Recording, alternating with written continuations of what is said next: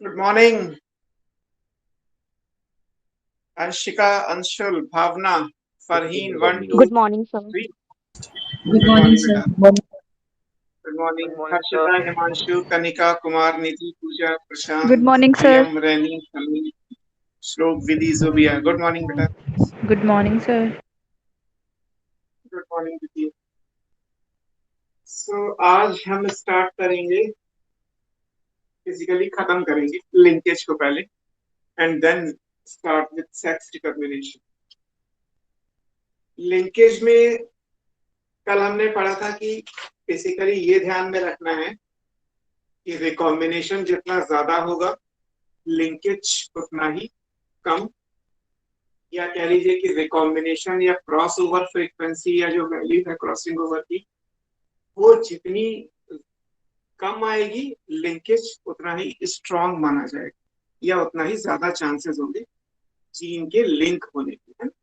और लिंकेज को simply define किया जाए तो दो या दो से ज्यादा जीन जो एक साथ रहना चाहते हैं, चाहे एक डोमिनेंट एक रिसेसिव ले लीजिए या दोनों डोमिनेंट एक साथ ले लीजिए, दोनों रिसेसिव एक साथ ले लीजिए।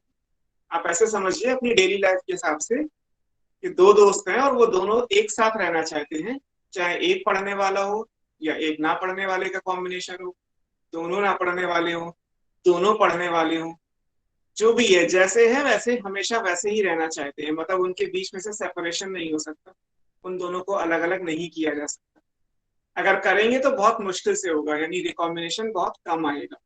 तो ट्राई टू रिमेन टुगेदर, उनकी कोशिश ये रहती है दोनों जीन्स की कि वो एक ही कॉम्बिनेशन में रहें, जैसे है वैसे रहें। सिस में है तो सिस में रहेंगे, ट्रांस में है तो ट्रांस में रहेंगे, बोथ डोमिनेंट बोथ रिसेसिव, तो इस तरीके से ही आगे ऑफ स्प्रिंग्स तो भी जाएंगे। एक डोमिनेंट एक रिसेसिव अगर पैरेंटल कॉम्बिनेशन है तो आगे भी ऑफ स्प्रिंग्स में यही जाएगा। So tendency of two gene to remain together in the subsequent generation is called linkage, है ना। तो ये कल हमने पढ़ा था। और लिंकेज और रिकॉम्बिनेशन यानी क्रॉसिंग ओवर एक दूसरे के इनवर्सली प्रोपोर्शनल, ये बस आपको लिंकेज में ध्यान रखना है। बाकी जो क्रॉस टीएस मॉर्गन ने किया था वो तो उसके जो क्वेश्चन होंगे वो होंगे। क्रॉस में ये याद रखिएगा कि मेल में क्या लिया गया है करेक्टर और फीमेल में क्या लिया। जैसे जो क्रॉस ए था जिसमें रिकॉम्बिनेशन 1.3% है, तो उसमें अपने बॉडी कलर और आई कलर के साथ किया। और क्रॉस बी जिसमें रिकॉम्बिनेशन एस पर मेंडलिज्म आया, उसमें विंग्स का साइज और बॉडी कलर की बात की गई थी। तो क्या मेल में लिया गया, क्या फीमेल में लिया गया, किसके जीन पास पास हैं, किसके जीन दूर दूर हैं, इस तरीके से आपको लिंकेज के क्वेश्चंस करने। लिंकेज एनसीईआरटी में जहाँ पे खत्म होता है वहां पे एक नाम दिया है, एल्फर्ड स्टूवेंट, मॉर्गन के स्टूडेंट थे एल्फर्ड स्टूवेंट, जिन्होंने मॉर्गन की फाइंडिंग्स को ही आगे कैरी ऑन करने की कोशिश की कि अगर क्रॉसिंग ओवर और लिंकेज एक दूसरे के प्रोपोर्शनल है, जैसा हमने कल पढ़ा था, और क्रॉसिंग ओवर इस बात पे डिपेंड करता है कि दो जीन के बीच में डिस्टेंस कितनी है, क्योंकि हमने ये भी लिखा था crossing over is directly proportional to distance between two genes. तो अगर हमें किसी कॉम्बिनेशन में, अगर हमें किसी क्रॉस के रिजल्ट में ये पता है कि भाई क्रॉसिंग ओवर 10% हुआ, तो इसका मतलब हम ये मान सकते हैं कि वो दोनों जीन जिसको हम डाई हाइब्रिड में स्टडी कर रहे हैं, वो दोनों जीन, वो दोनों करेक्टर जो क्रोमोसोम पे है, वो 10 जो भी यूनिट होगी उतने दूर होंगे, है ना। उस यूनिट को नाम दे दिया गया मैप यूनिट। जैसे सेंटीमीटर होता है, मिलीमीटर होता है, अब जीन तो नैनोस्कोपिक एरिया में है ना। जीन तो बहुत मतलब माइक्रोस्कोप से भी नहीं दिख रहा आपको कुछ भी जीन में, जीन दिखाई तो देता ही नहीं है बेसिकली। आप किसी भी माइक्रोस्कोप से देखोगे तो आपको जीन नहीं दिखाई देगा, आपको सिर्फ क्रोमोसोम दिखाई देगा। और डीएनए स्टडी करोगे तो केमिस्ट्री हो जाएगी डीएनए की, डीऑक्सीराइबोन्यूक्लिक एसिड, तो जीन कहीं दिखाई नहीं देता। तो फिर जीन के बीच की डिस्टेंस है तो मेजर कैसे करोगे। तो एल्फर्ड स्टूवेंट ने एक सजेशन दे दिया कि हम डिस्टेंस बिटवीन जीन को क्रॉसिंग ओवर के डायरेक्टली प्रोपोर्शनल मानते हैं, ये अपनी जगह ठीक है। जितना क्रॉसिंग ओवर होगा उसका उल्टा उतना ही लिंकेज होगा, इनवर्सली प्रोपोर्शनल होते हैं, ये भी ठीक है। तो अगर किसी डाई हाइब्रिड क्रॉस में हमें रिकॉम्बिनेशन फ्रीक्वेंसी पता है, तो हम ये मान सकते हैं कि जितनी रिकॉम्बिनेशन फ्रीक्वेंसी है, जितने रिकॉम्बिनेंट्स हैं, दो जीन उतनी दूरी पे होंगे। बस इस तरीके से अगर आप अरेंज करोगे तो एक लिंकेज मैप बन जाएगा। क्रोमोसोम मैप भी आप कह सकते हो, जेनेटिक मैप भी कह सकते हो। इसी आइडिया को यूज करके अगले चैप्टर में जो आप ह्यूमन जीनोम प्रोजेक्ट पढ़ोगे, तो ह्यूमन जीनोम प्रोजेक्ट का जो फाउंडेशन है, जो आइडिया लिया गया था, वो एल्फर्ड स्टूवेंट के एक्सपेरिमेंट से ही लिया गया। और पिछले साल क्वेश्चन ऑलरेडी आया है कि डिस्टेंस बिटवीन जीन को लेके किसने एक्सपेरिमेंट किए थे, तो नाम था एल्फर्ड स्टूवेंट। एनसीईआरटी में नाम मेंशन है, फिर भी लोगों ने नहीं पढ़ा और उस क्वेश्चन को छोड़ दिया गया। तो एक सिंगल साइंटिस्ट के नाम से भी क्वेश्चन आया। स्टार्ट करते हैं। लिंकेज और जेनेटिक मैप, इसको आप क्रोमोसोम मैप भी कह सकते हैं, क्योंकि उस टाइम तक किसी को क्रोमोसोम मैपिंग बोलते थे, है ना। आजकल क्रोमोसोम मैपिंग का मतलब होता है जीन सीक्वेंसिंग, लेकिन यहाँ पे हम क्रोमोसोम में जीन्स की बात कर रहे हैं। क्रोमोसोम्स पे जीन्स लीनियरली अरेंज होते हैं। इसी थ्योरी का एक्सपेरिमेंटल वेरिफिकेशन आप पढ़ रहे हैं। सो topic is linkage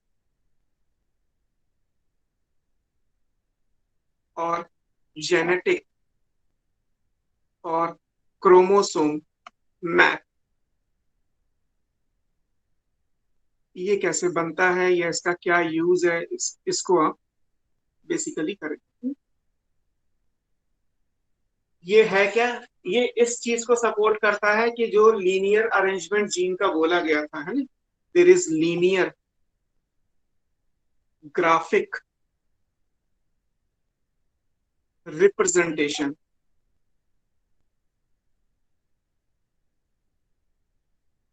of the sequence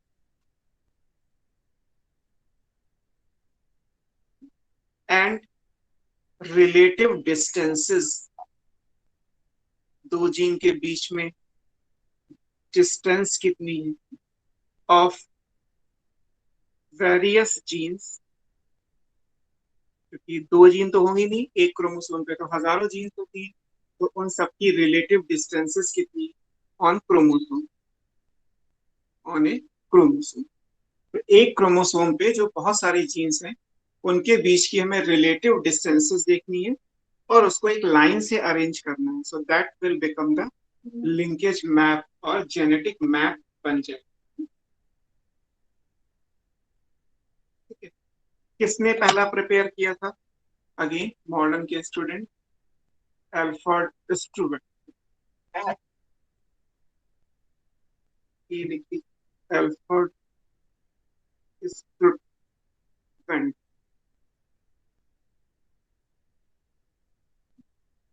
he was the first to prepare linkage map of Drosophila. सबसे पहले जो लिंकेज मैप बना था वो किसका बना? फ्रूट फ्लाई ड्रोसोफिला का, क्योंकि टीएच मॉर्गन इसी पे काम कर रहे थे, उन्हीं के साथ, उन्हीं के स्टूडेंट थे ये। तो इस पॉइंट ऑफ व्यू इन्होंने किया क्या कि ड्रोसोफिला में सेम जैसे पाइजम में डाई हाइब्रिड क्रॉस किए गए, वैसे ड्रोसोफिला में भी दो करेक्टर को लेकर डाई हाइब्रिड क्रॉस किया। रिकॉम्बिनेशन फ्रीक्वेंसी कितनी कितनी किसी डाई हाइब्रिड क्रॉस में आई है वो देखा, और उसको डिस्टेंस बिटवीन जीन से कोरिलेट कर दिया, तो एक लाइन से जीन का अरेंजमेंट निकल के आता है। उन्होंने क्या किया? ही यूज्ड रिकॉम्बिनेशन फ्रीक्वेंसी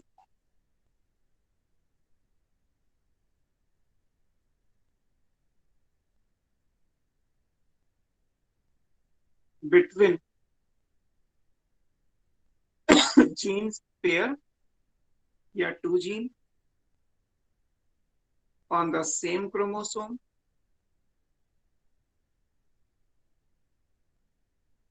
किस काम के लिए? एज ए मेजरमेंट करना है of distance between genes.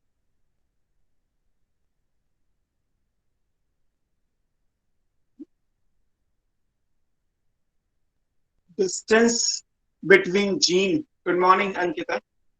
Distance between gene को मेजर करने के लिए उन्होंने रिकॉम्बिनेशन फ्रीक्वेंसी को यूज किया।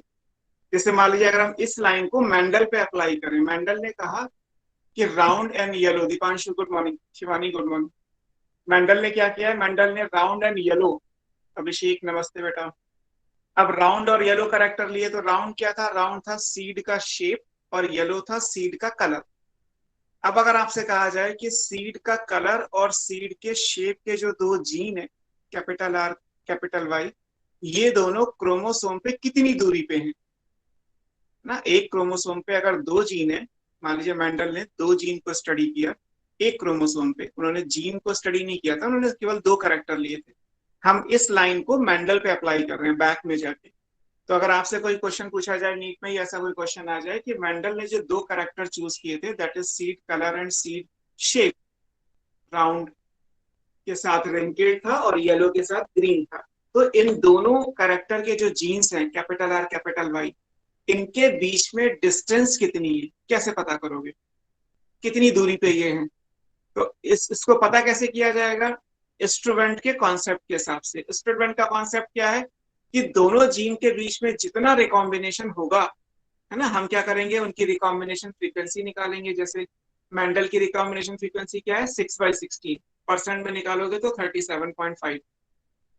तो ये जो 37.5% रिकॉम्बिनेशन फ्रीक्वेंसी है, यही क्या कहलाएगी वैल्यू में? दो जीन के बीच की डिस्टेंस की। राउंड और येलो जीन के बीच की जो डिस्टेंस है वो कितनी है? 37.5 है। अब डिस्टेंस है तो मीटर है, मिलीमीटर है, सेंटीमीटर है, ये यूनिट क्या होगी वो यूनिट अभी हम पढ़ेंगे। फिलहाल ये तो बहुत बड़ी यूनिट है क्रोमोसोम के सेंस में, तो हम केवल रिकॉम्बिनेशन फ्रीक्वेंसी को यूज करने वाले। यूनिट क्या कहलाती है? यूनिट कहलाती है मैप यूनिट, बोला जाता है, MU लिखा जाता है। या मॉर्गन को ऑनर देने के लिए सेंटी मॉर्गन, जैसे सेंटीमीटर होता है, इन्होंने नाम दे दिया सेंटी मॉर्गन, CM। तो इनका कंक्लूजन क्या था कि अगर हम 1% रिकॉम्बिनेशन लें या cross over value, crossing over लें, तो ये 1 मैप यूनिट के बराबर होगी। Map unit capital M capital U, या इसको लिखा जाता है 1 सेंटी मॉर्गन। सेंटी मॉर्गन में C स्मॉल है, M कैपिटल, दोनों में से कुछ भी ले सकते हैं।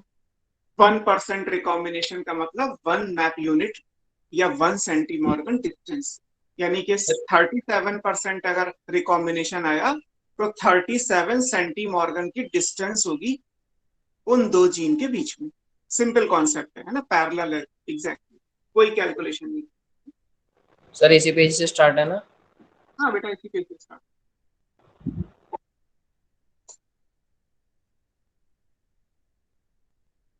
ठीक है, तो जैसे मान लीजिए कल आपने एक क्रॉस किया था, कल कौन से किया था? बॉडी कलर और आई कलर को लेके, जो क्रॉस ए था TH मॉर्गन का, उसमें रिकॉम्बिनेशन कितना आया? 1.3%। इसका मतलब ये हुआ कि बॉडी कलर और आई कलर के बीच की जो जीन, दो जीन है, इनके बीच की डिस्टेंस कितनी हो गई? 1.3 सेंटीमीटर। दूसरा क्रॉस क्या था? दूसरा क्रॉस था बॉडी कलर और विंग्स का साइज, मिनिएचर विंग और नॉर्मल विंग, उसमें रिकॉम्बिनेशन कितना आ रहा था? 37.2%। इसका मतलब बॉडी कलर और विंग्स के साइज के जो दो जीन है, इनके बीच की डिस्टेंस कितनी है? 37.2 सेंटीमीटर। तो जो न्यूमेरिकल वैल्यू है वही, बस केवल परसेंट की जगह आप क्या लेके आ जाओगे, क्योंकि ये डिस्टेंस है और ये रिकॉम्बिनेशन फ्रीक्वेंसी है, 1-1 दोनों तरफ बराबर ही है। तो किसी भी क्रॉस में जो आपको रिकॉम्बिनेशन नजर आए, वही डायरेक्टली जो वैल्यू है वो सेंटी मॉर्गन या मैप यूनिट करके लिखी होगी ऑप्शन में, वो दो डिस्टेंस के बीच की, दो जीन के बीच की डिस्टेंस क्या। सिंपल लॉजिक है। इसी लॉजिक को यूज करके अल्फा डिस्टोवेंट ने पूरा ड्रोसोफिला के 4 क्रोमोसोम होते हैं, N=4, कल आपने पढ़ा था। तो 4 क्रोमोसोम पे जितने भी जीन है, हजारों जीन है, सबको अरेंज किया उन्होंने। मतलब ड्रोसोफिला के जितने भी कैरेक्टर्स हैं, सबके क्रॉस कराए, सबके डाइहैबिट क्रॉस कराए, दो लेके सबकी रिकॉम्बिनेशन फ्रीक्वेंसी निकाली और फिर सबको एक लाइन से अरेंज कर दिया। लाइन से भी अरेंज इसलिए करना है क्योंकि ये भी हम पढ़ चुके हैं कि genes are linearly arrange on chromosome, कोई किसी को ओवरलैप नहीं करेगा। तो हमें अरेंज भी लीनियर करना है, और एक जीन, दो जीन के बीच की डिस्टेंस को आप रिकॉम्बिनेशन फ्रीक्वेंसी के बराबर मान के चलो। बस एक कल आपको लाइन बताई थी कि रिकॉम्बिनेशन फ्रीक्वेंसी 50% से ज्यादा नहीं हो सकती, है ना, कल आपने डिस्कस किया था कि क्रॉसिंग ओवर 50% को एक्सीड नहीं कर सकता। तो इसकी एक लिमिटेशन है कि अगर दो जीन क्रोमोसोम पे बहुत दूर हुए, तो फिर ये आइडिया काम नहीं करेगा, मतलब ये लॉजिक आप अप्लाई नहीं कर सकते। मान लीजिए आपसे कह दिया जाए कि दो जीन है जो एक दूसरे से 70 सेंटीमॉर्गन की डिस्टेंस पे, हम दो जीन ले रहे हैं जिनके बीच की डिस्टेंस कितनी है, 70 मैप यूनिट है, तो उनके बीच में रिकॉम्बिनेशन कितना होगा बताओ? 70%। और कोई आंसर? भावना, 50%। Farheen, anyone else? 50। 50? जी सर, अभिषेक, 50। अंशिका, भावना शायद आपने सुना नहीं मेरी बात को, है ना? मैंने कल भी बताया था, आज ही बताया। रिकॉम्बिनेशन 50% से ज्यादा नहीं होगा। डिस्टेंस 100 सेंटीमॉर्गन लिख दो आप, लेकिन उसका आंसर अगर आपने रिकॉम्बिनेशन फ्रीक्वेंसी में देना है तो 50% से ज्यादा नहीं आएगा, है ना? ऑप्शन में 50 या लेस देन 50 की जो भी वैल्यू दी होगी वही आंसर मान लिया जाए, है ना? तो डिस्टेंस ज्यादा हो सकती है ना, क्योंकि डिस्टेंस ज्यादा कैसे हो सकती है? मान लो आप क्रॉसिंग ओवर कैसे करते हो, फिर से 11th पे चलते हैं। आपने 11th में क्रॉसिंग ओवर लाइक ऐसे आपने मियोसिस का क्रोमोसोम, सर ने अगर पढ़ाया ही आपको मियोसिस, तो ऐसे बनाया होगा, है ना, टेट्राड स्टेज पे ये, है ना? तो ये होमोलॉगस क्रोमोसोम की पेयरिंग हो गई, है ना, ऐसे कुछ पढ़ा होगा ना आपने। अब आप ये कहें कि ये वाला, अब मैं कह रहा हूँ कि कैपिटल आर यहाँ पे है और कैपिटल वाई यहाँ पे है। अब क्या यहाँ और यहाँ यहाँ पे स्मॉल वाई है, यहाँ पे स्मॉल आर है। अब आप क्या, यहाँ से तो आप कर सकते थे क्रॉसिंग ओवर, यहाँ और यहाँ के बीच में कैसे करोगे? नहीं कर सकते ना। तो जीन के बीच की दूरी तो बहुत ज्यादा भी हो सकती है, बट इसमें क्रॉसिंग ओवर हो सकता है क्या? नहीं हो सकता। अगर ये वाई यहाँ बनाते हैं आप, लाइक ऐसे होता, R Y R Y R Y R Y, तो ठीक है, अब तो क्रॉसिंग ओवर आप आर और वाई के बीच में कर ही सकते हो। तो यहाँ से कैपिटल आर स्मॉल वाई, यहाँ से स्मॉल आर कैपिटल वाई बन ही जाए। तो एक ही तरफ होंगे, पास पास होंगे, तभी तो रिकॉम्बिनेशन होगा। बहुत पास हो गए तो रिकॉम्बिनेशन कम हो जाएगा। बहुत दूर हो गए तो इसका मतलब ये नहीं कि जितनी दूर है उतने परसेंट कर दो, 50% से ज्यादा आंसर नहीं आएगा। तो ये भी याद रखना है कि अगर मैप यूनिट 70 भी दे रखा है किसी क्वेश्चन में, तब भी रिकॉम्बिनेशन उनके बीच में केवल 50% ही हो सकता है। इसीलिए ह्यूमन जीनोम प्रोजेक्ट में जब ये बात आई कि हमारे मतलब ह्यूमन के जो क्रोमोसोम है वो तो बहुत बड़े बड़े हैं, अगर बहुत बड़े बड़े हैं तो एवरी टाइम आप उनको स्क्रीन कैसे करोगे? उनके क्रॉस या उनकी रिकॉम्बिनेशन तो निकाल नहीं सकते। तो क्रोमोसोम के टुकड़े कर दिए गए, छोटे छोटे टुकड़े कर दिए गए थे, फिर एक एक टुकड़ा एक एक लैब को असाइन कर दिया कि आप छोटे छोटे टुकड़ों में जो जीन्स प्रेजेंट हुए ना उनको स्टडी करो, बाद में हम कंप्यूटर के सॉफ्टवेयर लगा के इनको जोड़ लेंगे और एक लीनियर अरेंजमेंट जो जीन्स का होता है क्रोमोसोम पे वो दे देंगे। तो ये रीजन है कि जब क्रोमोसोम का साइज बहुत बड़ा होगा तो ये लॉजिक अप्लाई नहीं होगा। ड्रोसोफिला पे अप्लाई हो गया, बिकॉज ड्रोसोफिला तो n=4 है ना, 14 लाइफ स्पैन है, 14 डेज का लाइफ स्पैन, छोटा है, क्रोमोसोम बहुत कम है, तो आसानी से हैंडल हो गया।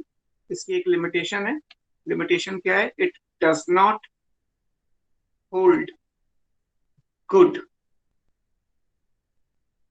For long distances between genes on a chromosome। तो ये याद रखना है कि जब बहुत ज्यादा होगा तो ये लॉजिक अप्लाई नहीं हो सकता। It does not hold good for long distances between genes on a chromosome. Sir हाँ बेटा, सर ये 50% वाला एक बार रिपीट कर दो। बेटा क्रॉसिंग ओवर 50% से ज्यादा नहीं हो सकता। इसका रीजन आप मियोसिस में पढ़ते हैं। मियोसिस में जब आप होमोलॉगस क्रोमोसोम की पेयरिंग करते हैं तो होमोलॉगस क्रोमोसोम का पेयर है ना, पेयर को अलग अलग करोगे, यानी दो क्रोमोसोम का एक पेयर है और उनको अलग अलग करोगे तो एक ही एक क्रोमोसोम तो आएगा, एक से ज्यादा किसी एक जगह पे नहीं पहुंच सकता ना। तो यानी 100% का 50% ही तो एक गैमेट में गया, उससे ज्यादा कैसे चला जाएगा? आ रही बात समझ में? अगर आप एक पेयर बनाते हो, मान लीजिए मैं आपसे कहूँ कैपिटल आर और कैपिटल आर, ये पेयर है, ठीक, अब 100% है ये। अब मुझे इसके गैमीट बनाओ, तो गैमीट क्या बनाओगे आप? एक गैमीट में कैपिटल आर अलग हो गया, दूसरे गैमीट में कैपिटल आर अलग हो गया। तो 50-50% ही तो गया। क्या ऐसा हो सकता है कि एक में 55% डीएनए चला जाए और एक में 45% रह जाए? ऐसा हो सकता है? नो सर, ऐसा नहीं होता। No sir. यूकैरियोट्स में नहीं, क्योंकि मियोसिस और माइटोसिस की जब आपने डेफिनेशन पढ़ी होगी तो माइटोसिस में आप पढ़ते ही हैं कि एग्जैक्ट हाफ होता है। तो जब मियोसिस 2 पढ़ोगे तो मियोसिस 2 में जो जेनेटिक मटेरियल एस फेज में डबल किया गया है उसको लॉन्गिट्यूडनली स्प्लिट करके आप एग्जैक्ट हाफ करते हो। अगर एग्जैक्ट हाफ करोगे तो 100% का एग्जैक्ट हाफ क्या आएगा? 50%। तो ये तो हो ही नहीं सकता कि 50% से ज्यादा किसी में चला जाए, और अगर चला गया तो वो तो जेनेटिक एबनॉर्मेलिटी हो जाएगी, ऐसा इंडिविजुअल सर्वाइव नहीं करेगा। 50% से ज्यादा तो जा ही नहीं सकता, वो तो रूल हो गया एक तरीके से। Clear sir. एक एग्जाम्पल करके देखो, पूरा सेंटेंस तो नहीं लिख रहा मैं, आपको सिर्फ न्यूमेरिकल प्रॉब्लम के हिसाब से एक करके दिखा दे रहा हूँ कि इस बात पे, जो बात एक एनसीईआरटी ने 4 लाइन में लिखी है, इस पे क्वेश्चंस किस तरीके से हैं। मान लीजिए कि 3 हैं, there are 3 genes A, B and C on एक क्रोमोसोम। एक क्रोमोसोम पे 3 genes. Percent recombination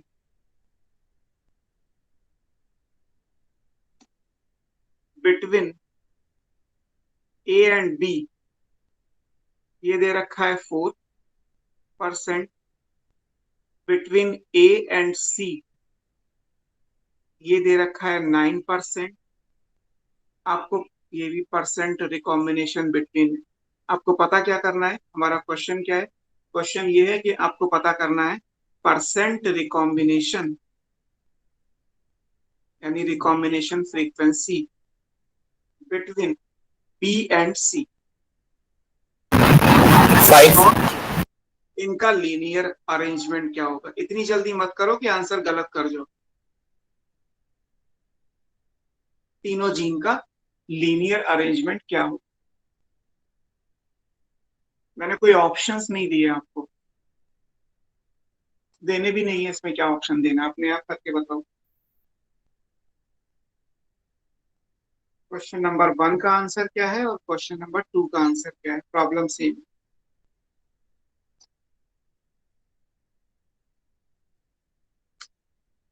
So it can be 5 or 30%.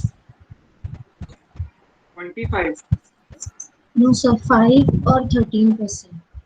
5 और 13% दोनों हो सकते हैं। Yes, sir. अंशिका, If 5, तो फिर उसका अरेंजमेंट ABC होगा, and if 13, तो CAB. और किसी का कोई आंसर? सर सेम यही 5 and 13। 5 और 13 है ना। आप कैल्विन का मॉड्यूल करोगे तो मैंने ये क्वेश्चन मॉड्यूल में दे रखा है आपको, और भी दे रखे हैं, 2-3 इंट्रोडक्टरी एक्सरसाइज में है, 1-2 पीछे आर्काइव में मिल जाएंगे आप, ऑलरेडी ऐसे क्वेश्चंस आपको मिल जाएंगे। आई थिंक शायद नीट 2016-17 में एक क्वेश्चन आया हुआ है, वो भी इसी तरीके का कुछ। उसमें आपको ये कैलकुलेट भी नहीं है, उसमें तो आपको ये भी पता करना है कि रिकॉम्बिनेशन कितने परसेंट है, और रिकॉम्बिनेशन कितने परसेंट है ये कैसे पता चलेगा? वो डाइहाइब्रिड क्रॉस में आप देख लो क्या पेरेंट थे और क्या आपको पेरेंट के अलावा नए F2 जनरेशन में मिल गए। जो भी पेरेंट के अलावा F2 जनरेशन में होगा वो नया ही होगा ना, क्योंकि पेरेंट तो आएगा ही आएगा 9 और 1, जो 3 और 3 आएगा दैट विल बी रिकॉम्बिनेशन। तो आपको बस वो देखना है कि रिकॉम्बिनेशन कितना है। मैंने आपको रिकॉम्बिनेशन ऑलरेडी यहाँ पे दे रखा है, आपको सिर्फ इनको अरेंज करना है। क्लियर? कैसे करोगे? जिन लोगों ने कर लिया, जितने परसेंट है उतनी सेंटीमॉर्गन डिस्टेंस होगी। तो मान लीजिए कि ये ए है,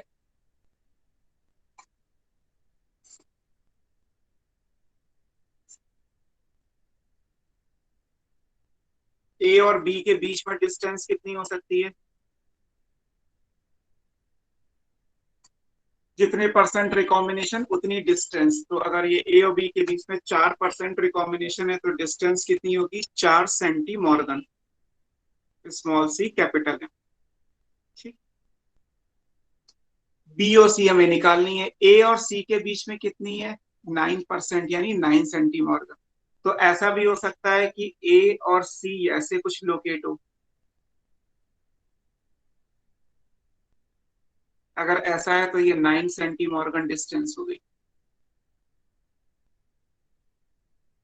और फिर इस केस में बी और सी कितना निकल के आएगा, 5 सेंटीमॉर्गन, है ना। अगर हम ए और सी के बीच में 9 है, ए और बी के बीच में 4 है, तो बी और सी के बीच में कितना रह गया, 5। तो या तो आंसर 5 आएगा। और ऐसे केस में लीनियर अरेंजमेंट क्या बन जाएगा, ए बी सी, तीनों जीन का सीक्वेंस क्या आएगा, ए बी सी, या सी बी ए हो सकता है, ऑप्शन में सी बी ए दे रखा हो, तब भी बात एक ही। आप इसको ऐसे भी इमेजिन कर सकते थे कि ए और बी,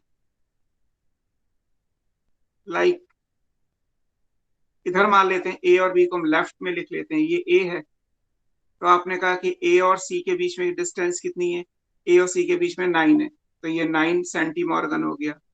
और ए और बी के बीच में 4 है, तो आप इधर मान सकते थे कि बी आपके लेफ्ट में अगर अरेंज होता तो ये 4 सेंटीमॉर्गन होती। इन दैट केस बी और सी के बीच में डिस्टेंस कितनी हो जाएगी टोटल, यहाँ से यहाँ तक, तो फिर वो 13 सेंटीमॉर्गन। फिर जीन का अरेंजमेंट क्या हो जाएगा, बी ए सी या सी बी ए, या तो इधर से ले लो या इधर से ले लो। अब क्योंकि मैंने आपको ऑप्शन नहीं दे रखे थे, इसलिए जो ये क्वेश्चन है recombination frequency between B and C, तो या तो इसका आंसर 5 आएगा या 13 आएगा। लीनियर अरेंजमेंट क्या आएगा, या तो ए बी सी आएगा या बी ए सी आएगा। जैसे ये 3 के साथ दे दिया, आप 4 के साथ कर लीजिए, 5, जितने आपको जीन्स का नंबर जितना बढ़ाते जाओगे उतनी आपको थोड़ी सी कैलकुलेशन करनी पड़ेगी। और हम इसे जीन के हिसाब से पढ़ रहे हैं, बाकी इस तरीके के क्वेश्चन जो एनटीएससी ओलंपियाड या सिंपल एग्जाम्स होते हैं ना, जनरल नॉलेज वाले, उन सब में भी ऐसे रीजनिंग के क्वेश्चंस दिए हो, जो केवी वगैरह की प्रिपरेशन करते हैं, नवोदय की प्रिपरेशन करते हैं, सैनिक स्कूल की करते हैं, वहां भी ऐसे क्वेश्चंस। बस वहां पे जीन नहीं दिया होता, वहां सर पे एक कुछ भी बोल दिया। बता दो। क्या बेटा, फिर से बोलो। Linear arrangement. लाइन आप लीनियर इसलिए कि ओवरलैप नहीं करना होता। आप पिछली क्लास में कल आपने पढ़ा था कि जीन्स लीनियर अरेंज होते हैं, तो लाइन क्या आएगा, मतलब सीक्वेंस क्या आएगा, ए बी सी या बी ए सी। अगर मान लीजिए ऑप्शन में 13 सेंटीमॉर्गन का दिया ही नहीं है कोई, तो आंसर क्या होगा, 5। फिर ऐसे केस में लीनियर अरेंजमेंट क्या आएगा, ए बी सी। अगर ऑप्शन में 5 नहीं दे रखा है तो 13 आंसर दे रखा होगा, फिर लीनियर अरेंजमेंट क्या बन जाएगा, बी ए सी। बस दो ही ऑप्शन तो हो सकते हैं।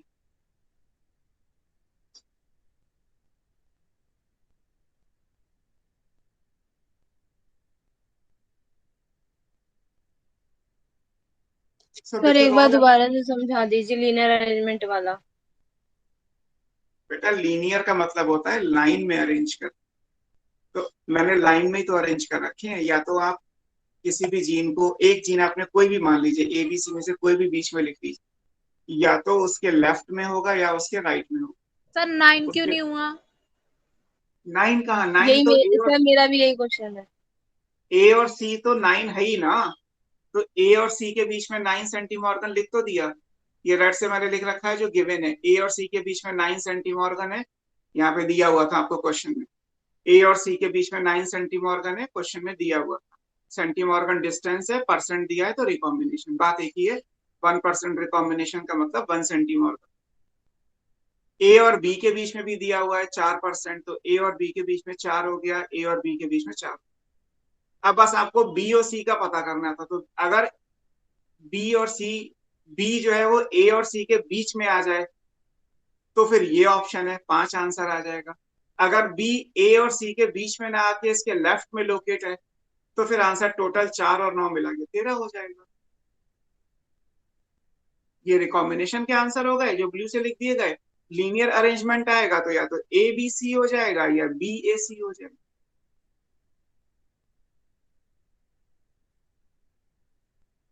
9 और 13 में से कुछ भी हो सकता है। नहीं बेटे, 9 और 13 नहीं, 5 और 13। 9 तो ऑलरेडी क्वेश्चन में दिया हुआ है ना, तो आप कैलकुलेट क्या कर रहे हो। जो क्वेश्चन में दिया हुआ है वो थोड़ा कैलकुलेट करने के लिए पूछेंगे। इतना तो आपके पास ऑलरेडी दिया हुआ है। इसको सेंटेंस में देखना हो तो केल्विन का मॉड्यूल खोल के क्लास के बाद जैसे भी आप एक्सेस करते हो उसको क्वेश्चन को देखिएगा तो आपको लैंग्वेज में मिल जाएगा। There are 3 genes A B C located on a chromosome. The recombination frequency between A and B gene is 4%, and the recombination frequency between A and C is 9%. ये तो स्टेटमेंट हो गया। What will be the recombination frequency between B and C, and what are their linear arrangement? ये दोनों बातें आपको calculate करने के लिए मैंने पूछा। तो 4 और 9 तो दिया हुआ है, बस अब या तो 5 आएगा या 13 आएगा। सर ऐसा option। हाँ बोलो। सर 5 और 13 रिकॉम्बिनेंट बिटवीन बी एंड सी का आंसर है ना? हाँ बी और सी का। इसका आंसर क्या आएगा? या तो 5 या 30। लीनियर अरेंजमेंट का क्या होगा? लीनियर अगर 5 आप ले रहे हो तो इसका मतलब ए और सी के बीच में बी आ रहा है, तो यानी ए बी सी। और अगर आपने 13 लिया है तो B A C. Okay sir. ये आंसर है।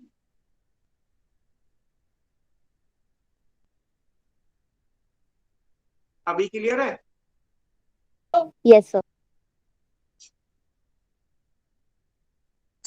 ये एक पेज और आधा घंटे इस बात पे हमने डिस्कस किया कि एनसीईआरटी में जो अल्फा स्टूडेंट की एक लाइन दी हुई है उससे जब क्वेश्चन आता है तो आप कैसे करोगे, क्योंकि आपको लगे कि लिंकेज मैप के जैसा तो कोई हेडिंग नहीं एनसीईआरटी में दे रखा है, फिर ये क्वेश्चन कहाँ से आए। तो सिर्फ एक लाइन का कंसेप्ट कि उन्होंने क्या किया था, उन्होंने रिलेटिव डिस्टेंस बिटवीन जीन को मेजर करने के लिए recombination frequency between those genes study किया। बस एनसीईआरटी ने ऐसा कुछ लाइन लिखा हो और इसी आइडिया को आगे ह्यूमन जीन प्रोजेक्ट में यूज किया। बस एनसीईआरटी का काम खत्म। अब उसमें क्वेश्चन क्या बनेगा, एग्जाम में क्या आएगा, ये कॉन्सेप्ट किसने दिया था, ये सब आपको देखना। चलो नेक्स्ट टॉपिक पे चलते हैं।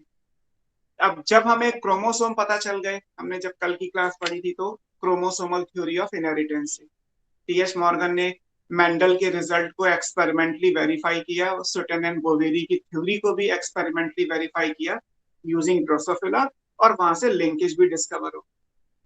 अब बात ये आ गई कि क्या ऐसे लिंक्ड जीन हो सकते हैं जिनसे सेक्स का डिटर्मिनेशन होता हो। क्रोमोसोम पे जीन होते हैं ये पता चल गया सुटन एंड बोवेरी, और जीन लिंक्ड भी हो सकते हैं ये पता चल गया टीएच मॉर्गन। तो कल दोनों साइंटिस्ट के जो थे उनके कंट्रीब्यूशन हमने कंप्लीट कर दिया। अब बात ये आती है कि क्या ऐसा क्रोमोसोम हो सकता है जिसपे जो लिंक्ड जीन प्रेजेंट है वो सेक्स को डिटरमाइन करने में हेल्प करते हो। तो यहां से एक नया टॉपिक आ गया, सेक्स डिटर्मिनेशन। इसे बोला जाता है chromosomal theory of sex linkage. मतलब हम लिंकेज तो पढ़ेंगे लेकिन केवल उन जीन्स का लिंकेज पढ़ेंगे जो सेक्स के डिटरमाइन करने में रोल प्ले करते हो, जो ये डिसाइड करते हो कि मेल और फीमेल कैसे आएगा। तो टॉपिक आपकी बुक में दिया है sex determination.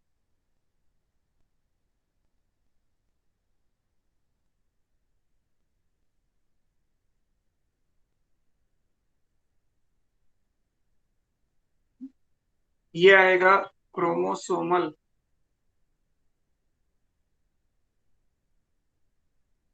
Theory of sex linkage. Linkage ही पढ़ रहे हो, टीएच मॉर्गन का ही कॉन्सेप्ट है, बस उसको सेक्स डिटर्मिनेशन में यूज कर। क्या सेक्स को डिटरमाइन करने वाले जो क्रोमोसोम होते हैं उनमें लिंकेज होता है? नॉर्मल में तो होता ही है, जैसे हमारी बॉडी में 1 से 22 क्रोमोसोम मेल फीमेल में कॉमन होते हैं, ऑटोसोम्स बोलते हो, उनमें जो लिंकेज होता है वो तो होता ही है। क्या 23वां पेयर जो क्रोमोसोम का है एक्स और वाई, जो मेल और फीमेल डिसाइड करता है इन ह्यूमन, क्या उनके जीन के बीच में लिंक्ड वाली कोई बात आती है? अगर है तो आप वो यहाँ पढ़ने वाले सेक्स डिटर्मिनेशन हमें बेसिकली कर। अब सेक्स डिटर्मिनेशन या क्रोमोसोम जो सेक्स को डिटरमाइन करता हो, इस सब की शुरुआत कहाँ से हुई थी? इसमें सबसे पहला नाम जो एनसीईआरटी में दिया है वो नाम दिया है हैंकिंग का, 1891। वैसे तो एनसीईआरटी में साइंटिस्ट के नाम बहुत कम दिए हैं, लेकिन मैंने आपको बताया था फोटोसिंथेसिस वाला चैप्टर है, या करंटली जो आप पढ़ रहे हैं principle of inheritance and variation है, या इसके बाद वाला आएगा मॉलिक्यूलर बेसिस ऑफ इनहेरिटेंस, जहाँ पे साइंटिस्ट के नाम क्वाइट इनफ दिए हुए हैं, और फिर आपको हर साइंटिस्ट का कंट्रीब्यूशन, इवन उनका ईयर भी अगर दे रखा है तो इम्पोर्टेंट है, क्योंकि 2 साल पहले ये भी क्वेश्चन आया था कि मेंडल ने कौन से 7 साल में अपने एक्सपेरिमेंट पूरे किए, जो मैंने आपको लिख के दिखाए थे। तो ये सब चीजें भी आपको ध्यान में रखनी है। एनसीईआरटी में फुल स्टॉप कॉमा भी दिया है, तो वो भी हमारे लिए इक्वली इम्पोर्टेंट। सो हैंकिंग 1891, जहां पे ये बग बग आप इंसेक्ट्स में बग्स को आई होप जानते होंगे, नहीं तो गूगल पे सर्च कर।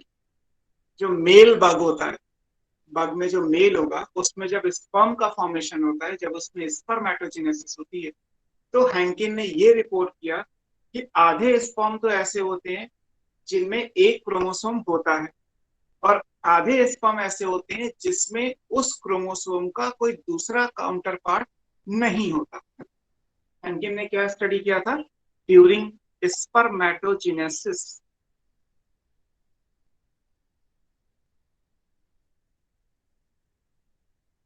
इन मेल बग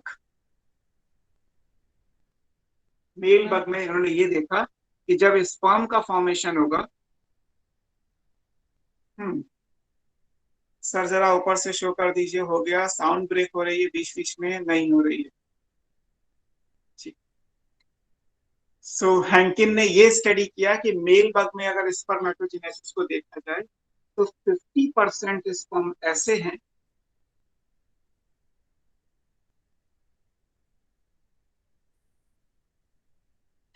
जिनमें वन स्पेशल बॉडी है, एक स्पेशल सा स्ट्रक्चर दिखाई दे,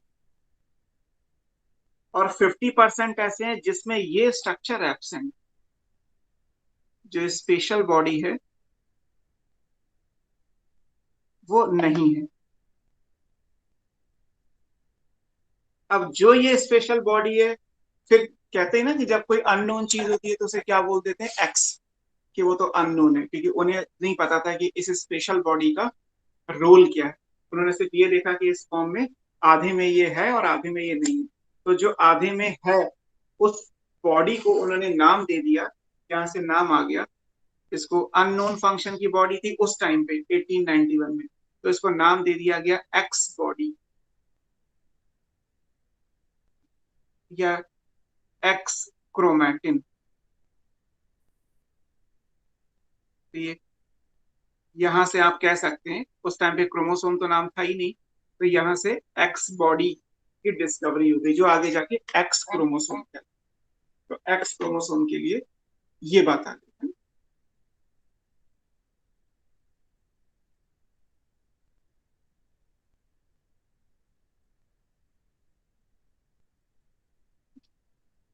फिर एक दूसरा नाम आता है, दूसरा नाम क्या है? स्टीवेंस।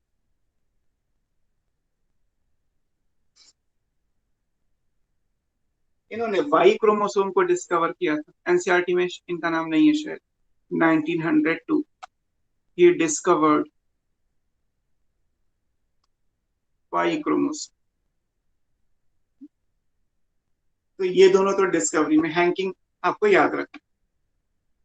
अपनी बॉडी की बात करते हैं। हमारी बॉडी में जितने भी क्रोमोसोम्स होते हैं उनको फंक्शनल बेसिस पे अगर आप डिसाइड करेंगे, ऑन फंक्शनल बेसिस,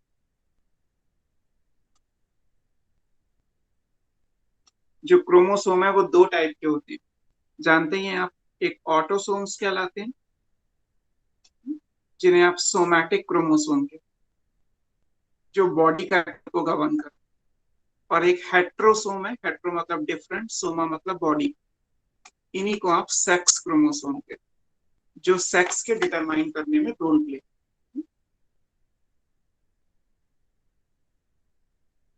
फिर एक नाम आएगा कोरेंस, CORRENS, 1906। इन्होंने ये थ्योरी की फॉर्म में दिया। थ्योरी क्या कहलाती है? Theory of हेट्रोगेमेसिस। हेट्रोगेमेसिस का मतलब है, हेट्रो मतलब डिफरेंट, गैमेसिस मतलब गैमीट फॉर्मेशन। तो डिफरेंट टाइप के गैमीट्स कहाँ बनते हैं, तो वो कहलाता है theory of हेट्रोगेनेसिस।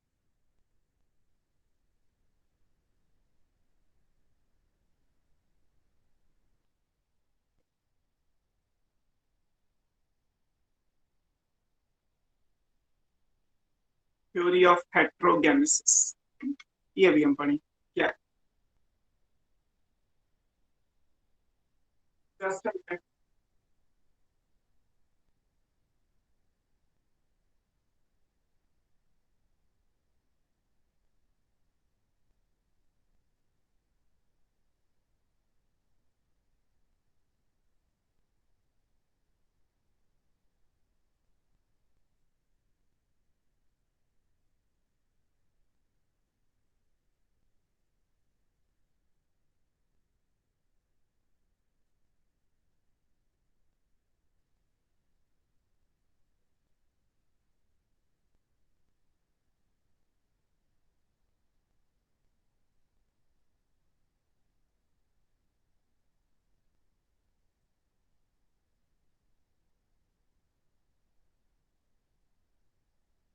So theory of हेट्रोगेनेसिस मतलब डिफरेंट टाइप के गैमीट्स कहाँ बने। जैसे हमारी बॉडी है ना, हमारी बॉडी में गैमीट्स कैसे बनते हैं, डिफरेंट टाइप के। मतलब ह्यूमन को लेके चल रहे हैं, हमारी बॉडी का मतलब ओवरऑल ह्यूमन। तो ह्यूमन में मेल हेट्रोगैमेटिक होता है, मेल में एक्स और वाई क्रोमोसोम होते हैं। तो जो गैमीट्स बनेंगे यानी जो स्पर्म बनेंगे वो आधे एक्स वाले होंगे आधे वाई वाले होंगे। फीमेल हेट्रोगैमेटिक नहीं होती हमारी बॉडी में, मतलब ह्यूमन में फीमेल हेट्रोगैमेटिक नहीं होती। फीमेल में केवल एक ही टाइप के गैमीट्स बनते हैं, ओनली एक्स टाइप। ऐसे ही मान लीजिए मेल बग आपके सामने ऊपर लिखा हुआ है, तो यहाँ पे भी आप देख रहे हो कि आधे तो ऐसे हैं जिनमें एक्स है, आधे ऐसे हैं जिनमें कुछ नहीं है। जैसे यहाँ पे अगर एक्स और वाई होता तो ह्यूमन एग्जाम्पल होता, या ड्रोसोफिला होता, उसमें भी आधे में एक्स होता है आधे में वाई होता है। मेल बग में क्या है, आधे में एक्स तो है लेकिन आधे में एक्स के साथ कुछ नहीं है, तो एक्स जीरो लिख दिया जाएगा, एक्स ओ बोल दिया जाएगा। यहाँ भी मेल हेट्रोगैमेटिक हो जाएगा क्योंकि मेल में स्पर्म दो अलग अलग टाइप के बनते हैं। ऐसे फीमेल भी हेट्रोगैमेटिक होती है। तो हेट्रोगैमेसिस का मतलब है डिफरेंट टाइप के गैमीट्स किसमें बनेंगे, मेल में बनेंगे या फीमेल में बनेंगे, और बनेंगे तो कौन सा क्रोमोसोम होगा वो विद एग्जाम्पल। तो वो पूरा एक पैराग्राफ सा दे रखा है बुक में, मैं उसको समराइज करके लिख देता हूँ, आपका काम इससे बन जाए।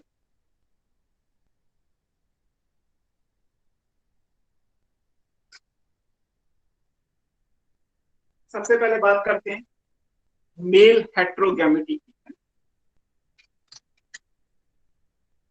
देखिए सबसे पहले क्या आएगा, मेल हेट्रोगैमेटी।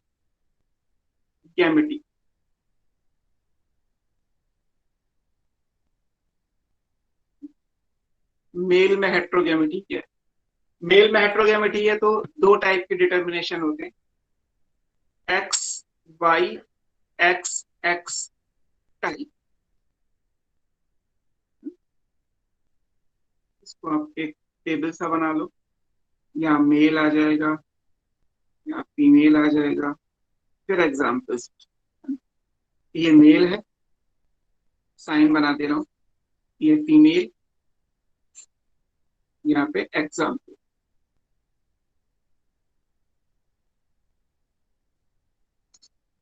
तो अगर X X X Y type है तो मेल कैसा होगा, एक्स वाई।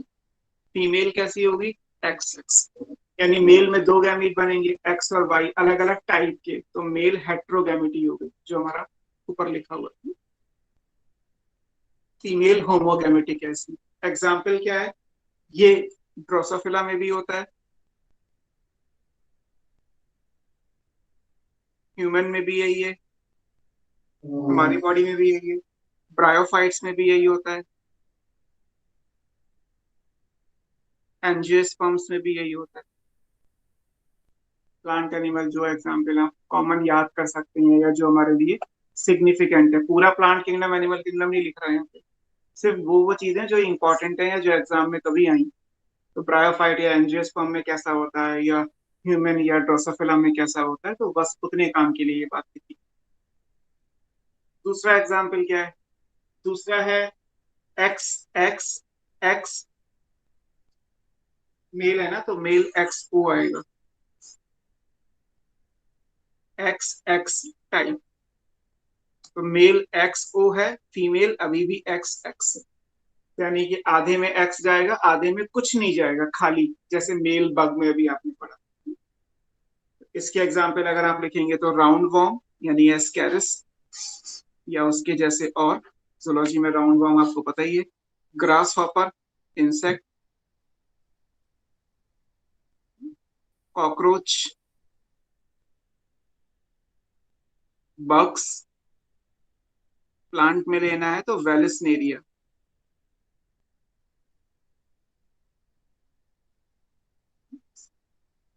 ये मेल हेट्रोगैमेटी के एग्जाम्पल।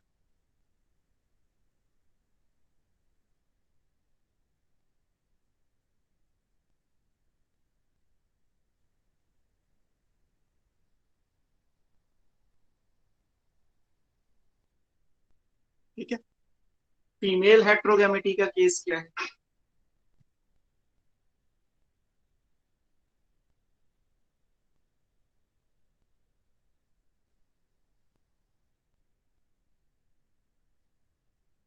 तीसरा, अब इससे कंफ्यूजन ना हो तो एक्स एक्स एक्स वाई की जगह यहाँ पे जेड जेड लिख दिया जाता है, तो यहाँ पे क्या आएगा, Z Z Z W type. Male है जेड जेड यानी होमोगैमेटिक, फीमेल में जेड और डब्ल्यू आएगा, यानी फीमेल में जो एग बनेंगे वो दो टाइप के बनेंगे, आधे जेड वाले और आधे डब्ल्यू क्रोमोसोम वाले। एग्जाम्पल में बर्ड्स, फिशेस, रेप्टाइल्स,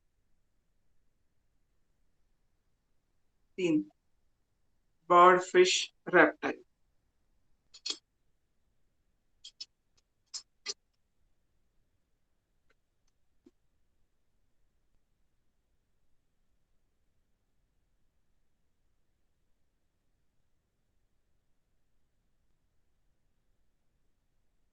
और फोर्थ एंड लास्ट होता है जहां पे डब्ल्यू की जगह कुछ नहीं होगा, यानी जो एग बनेंगे आधे में जेड आएगा, आधे में जेड की जगह पे कुछ नहीं आएगा, जैसे यहाँ पे एक्स में वाई की जगह कुछ नहीं आएगा। तो लास्ट है Z Z Z O type. Male तो जेड जेड वाला है, फीमेल जेड ओ है। ये होता है मॉथ और बटरफ्लाई।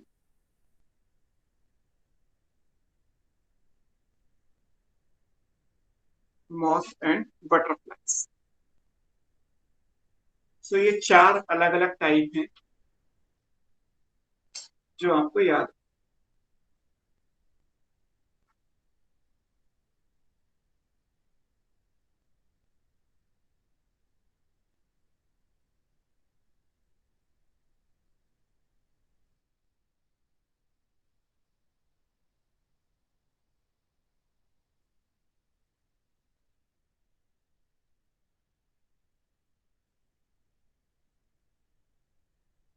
डन हो गया बेटा?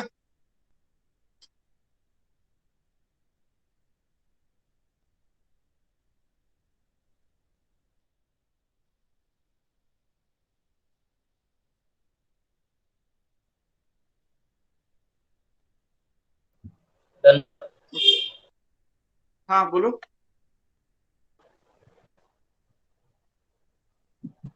पूरा पेज है, मैंने छोटा छोटा इसीलिए लिखा था कि इस पेज पे आ जाए, बस इतना वो बड़ा सा पैराग्राफ जो एनसीईआरटी में दिया है ना, वो इतनी सी बात को समझाने के लिए। Done sir. एग्जाम्पल याद रखिएगा, है ना? इसमें कौन सा होता है, यूजुअली यही पूछा जाएगा आपसे। अब हम अलग अलग स्पेशल केस पे बात करते हैं। ये तो जर्नल हो गया sex determination overall.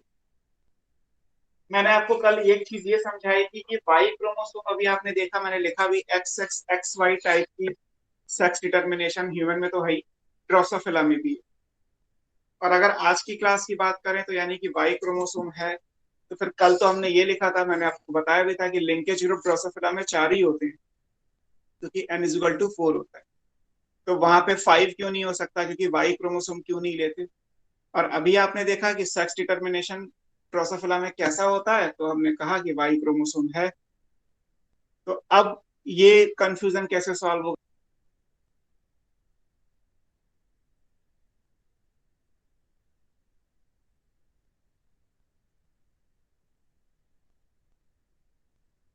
Sir mute हो गया। अगर कभी ये क्वेश्चन आता है कि ड्रोसोफिला में सेक्स डिटर्मिनेशन कैसे होता है, और आपके ऑप्शन है X X X Y, X X X O, Z Z Z W या जेड जेड जेड ओ, तो आंसर क्या आएगा? एक्स वाई वाला। ड्रोसोफिला का सेक्स डिटर्मिनेशन कैसे होगा? X X X Y type, जहाँ पे एक्स एक्स फीमेल है, एक्स वाई मेल है। तो क्रोमोसोम के हिसाब से जब आप सेक्स डिटर्मिनेशन की बात करेंगे तो ड्रोसोफिला में ये आंसर। अगर कभी आता है कि ड्रोसोफिला में लिंकेज ग्रुप कितने होते हैं, तो आंसर 4 ही आएगा। n=4 होता है तो आंसर 4 आ जाएगा। तो वाई क्रोमोसोम का एक्चुअली क्या इंपॉर्टेंस है? वाई क्रोमोसोम जब सेक्स डिटर्मिनेशन में रोल प्ले कर ही नहीं रहा, तो फिर हम ये क्यों कह रहे हैं कि सेक्स डिटर्मिनेशन एक्स और वाई क्रोमोसोम से डिसाइड हो रहा है? तो ड्रोसोफिला में एक्चुअली क्या होता है, ड्रोसोफिला में मेल फीमेल के अलावा बहुत सारी पॉपुलेशन एग्जिस्ट करती है।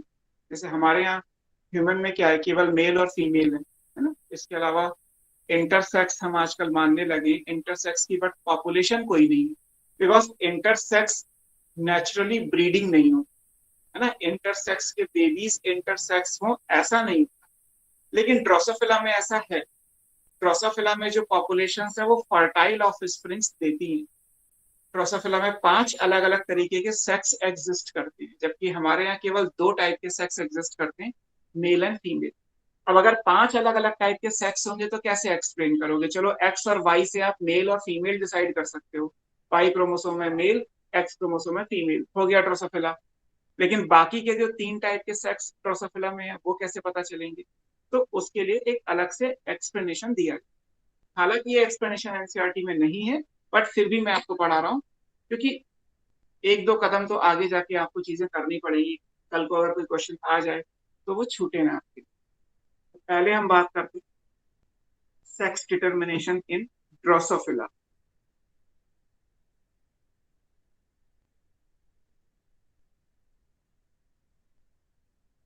फ्रूट फ्लाई में कैसे हो, अलग से कुछ एनसीईआरटी में नहीं दिया है। एनसीईआरटी के हिसाब से जो सेक्स डिटर्मिनेशन है वो एक्स वाई मेल और एक्स एक्स फीमेल है। इसको किसने दिया था? इसको दिया था सीबी ब्रिज ने, साइंटिस्ट हैं, BRIDGE। इन्होंने एक थ्योरी दी, इसको बोलते हैं जीनिक बैलेंस थ्योरी। ये केवल ड्रोसोफिला के लिए एप्लीकेबल है, किसी और पे अप्लाई मत कर दीजिए। इन्होंने ये कहा कि वाई क्रोमोसोम जो होता है plays no role in sex determination. Drosophila में सेक्स को डिटरमाइन करने के लिए वाई क्रोमोसोम का कोई काम नहीं। Y chromosome plays no role in sex determination. फिर होगा कैसे? इसके लिए इन्होंने क्या किया है, sex is determined by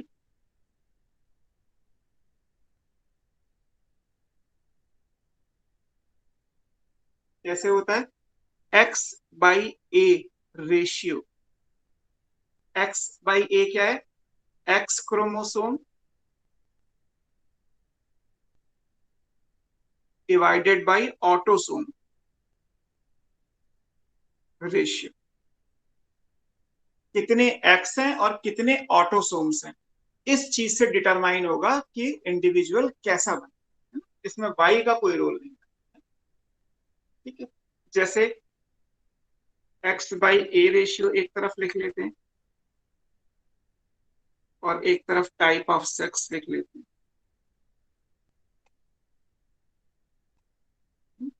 for example, अगर ये X/A रेशियो जो है वो 1 से ज्यादा है, मोर देन 1, तो यहाँ पे क्या बन जाता है, ये कहलाते हैं मेटा या super female.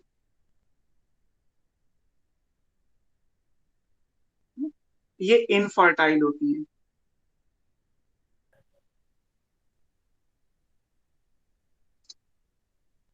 These are infertile, not capable of reproduction. अगर ये रेशियो 1 आता है तो नॉर्मल फीमेल होती हैं। नॉर्मल लिखा हुआ है तो इसका मतलब फर्टाइल होंगी। अगर ये 0.5 और 1 के बीच में आता है तो ये इंटरसेक्स कहलाते हैं। अगर ये 0.5 आता है तो ये नॉर्मल मेल होते हैं, और अगर ये 0.5 से कम हो जाए तो मेटा या सुपर मेल बन जाए, ये भी इनफर्टाइल। तो ड्रोसोफिला में 5 टाइप के इंडिविजुअल्स होते हैं। अब मान लीजिए ड्रोसोफिला में मेल फीमेल डिसाइड करना होता तो चलो मान लो XY क्रोमोसोम से कर लोगे, लेकिन अगर मेटा फीमेल या मेटा मेल और इंटरसेक्स को देखना होगा तो कैसे देखना? ड्रोसोफिला में जो ये इंटरसेक्स बीच वाला लिखा हुआ है इसको बोलते हैं गाइन एंड्रोमॉर्फ। गाइन फीमेल के लिए आता है, एंड्रो मेल के लिए आता है, मॉर्फ मॉर्फोलॉजी। एक ऐसा भी ड्रोसोफिला होता है, कभी गूगल पे देखिएगा, एक ऐसा भी फ्रूट फ्लाई है जिसका एग्जैक्ट हाफ लॉन्गिट्यूडनल हाफ, आधा हिस्सा जो है वो मतलब मेल का है और आधा फीमेल का है। Exact half male, exact half female. Nature ने ऐसा कुछ इंडिविजुअल भी बना रखा है कि वहां पे इंटरसेक्स और उनकी पॉपुलेशन एग्जिस्ट करती है बाकी। और X/A रेशियो आप निकाल लीजिए। मान लीजिए किसी में आपको दे दिया जाए कि एक ड्रोसोफिला है जिसमें 3 ऑटोसोम्स हैं और 2 X क्रोमोसोम है, तो 2/3 हो गया। 2/3 को अगर आप निकालोगे रेशियो में तो अकॉर्डिंगली सेक्स डिसाइड कर लीजिए। अगर कहा जाए 2 X क्रोमोसोम है, 2 ऑटोसोम्स हैं, तो 2/2 यानी 1 हो गया। 1 हो गया तो नॉर्मल फीमेल आ गया। ऐसे करके आप जो भी है, 3 X क्रोमोसोम है, 2 ऑटोसोम्स हैं, तो 3/2 यानी 1.5 हो गया, तो उसके हिसाब से मेटा फीमेल होगी। तो X और A पाई का कोई रोल नहीं है ना? इससे आप ड्रोसोफिला में सेक्स को डिटरमाइन कर सकते हैं।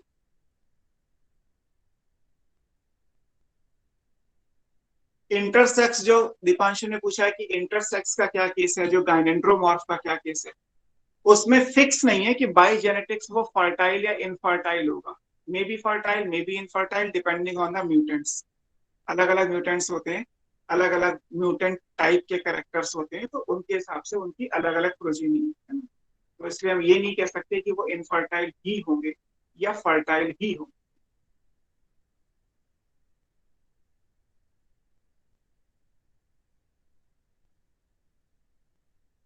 कहते हैं ना, एक बार कभी आपने देखा हो तो हिंदू रिलीजन में एक फोटो होती है शंकर पार्वती की, उसमें कहते हैं कि हाफ, एग्जैक्ट हाफ जो लेफ्ट वाला है वो शायद पार्वती जी का है, राइट वाला हाफ शंकर जी का। तो ऐसा ही कुछ नेचर में भी एग्जिस्ट करता है। फ्रूट फ्लाई आधा हिस्सा, आधा हिस्सा longitudinal half, male and female, उसको नाम ही दे दिया गया गाइन एंड्रो, क्योंकि दोनों की मॉर्फोलॉजी, मेल की भी और फीमेल की। अब बात करते हैं सेक्स डिटर्मिनेशन ह्यूमन में कैसे होता है।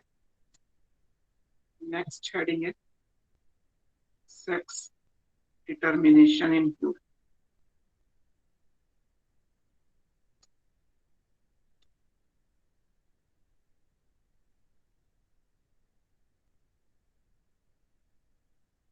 ह्यूमन में सबको पता ही है 23 क्रोमोसोम है पेयर में, 23 pair of chromosome we have. 22 pair उसमें क्या होते हैं, ऑटोसोम्स।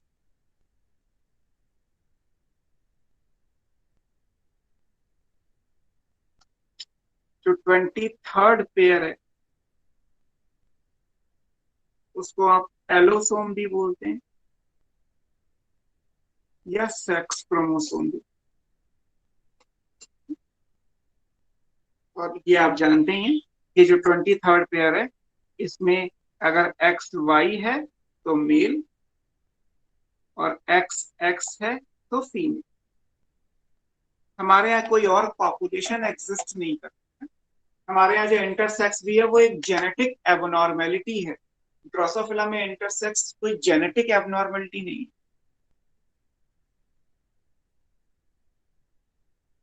ठीक है, तो ह्यूमन के हिसाब से मेल हेट्रोगैमेटिक हुआ, वैसे भी अभी आप पीछे टेबल में लिख ही चुके हैं कि ह्यूमन के हिसाब से हेट्रोगैमेटिक कौन होगा, मेल होगा। अब यहाँ पे कुछ चीजें हैं वो देखते हैं कैसे आप पढ़ोगे।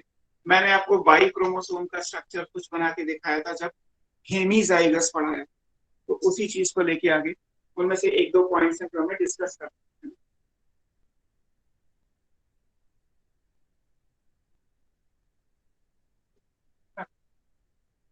हमारी बॉडी में क्या होता है, जो मेल की बॉडी अगर हम बात करें, मेल में एक एक्स क्रोमोसोम होता है और एक वाई क्रोमोसोम। वाई क्रोमोसोम का कुछ हिस्सा ऐसा भी होता है, आप जानते हैं ये एक्स है और ये वाई। ह्यूमन मेल की बात हो रही है, फीमेल में तो कोई प्रॉब्लम है ही नहीं, दोनों एक्स एक्स होंगे। अब इसको समझो, वाई क्रोमोसोम जो मेल के लिए रिस्पॉन्सिबल है, हम उसकी बात कर रहे हैं। वाई क्रोमोसोम में जो ये वर्टिकल लाइन है, यहाँ पे जितने भी जीन्स आएंगे लाइन से अरेंज होंगे, genes are linearly arrange on chromosome, और यहाँ पे जो जीन्स आएंगे वो फिर सेक्स लिंकेज कहलाएंगे। जैसे नॉर्मल जीन्स को लिंकेज बोलते हो, ये सेक्स क्रोमोसोम का है तो ये सेक्स लिंक्ड जीन बन जाएंगे। तो यहाँ से सेक्स लिंकेज, अभी हमने लिखा ही था chromosomal theory of sex linkage. तो यहाँ पे ये जितने भी आएंगे वो क्या कहलाएंगे, एक्स और वाई में जो ये वाले सेक्शंस हैं, इनमें जो जीन्स प्रेजेंट होते हैं उनको बोलते हैं X Y linked gene. Linkage पढ़ रहे हैं सेक्स के हिसाब से तो लिंक्ड जीन बोला जाएगा। अब वाई का ये वाला पोर्शन कौन सा है, वर्टिकल लाइन जो है वो एक्स के साथ पेयरिंग करता है, इसको क्या बोलोगे, homologous part of Y chromosome. अगर मैं ये बात करूं, वाई में ये वाला जो हिस्सा है इधर वाला, ये वाला पार्ट क्या कहलाता है, this is called homologous part of Y chromosome. यहाँ पे जो जीन्स होते हैं वो क्या कहलाएंगे, एक्स वाई लिंक्ड जीन्स। यहाँ पे जीन्स क्या है, एक्स वाई लिंक्ड जीन। ये पढ़ाया था आपको, वाई क्रोमोसोम का जो ये वाला हिस्सा होगा जो ट्विस्टेड है, जो वर्टिकल है ना, डायगोनल लाइन में जो दिखाया गया, ये वाला क्या कहलाता है, दिस इज कॉल्ड डिफरेंशियल या non homologous part of Y chromosome, क्योंकि ये पेयरिंग में नहीं आता। अब आपने पढ़ा था यहाँ पे जितने भी जीन्स होते हैं वो जीन्स क्या कहलाते हैं, वो जीन्स हेमीजाइगस स्टेट में होते हैं, है ना, वो जीन्स होलैंड्रिक जीन कहलाते हैं। आपको मैंने जहाँ हेमीजाइगस जेनेटिक टर्मिनोलॉजी में पढ़ाया है वहीं ये थोड़ा सा लिख के बताया। उसको नेक्स्ट स्टेज पे लेके चलते हैं। काम करूं,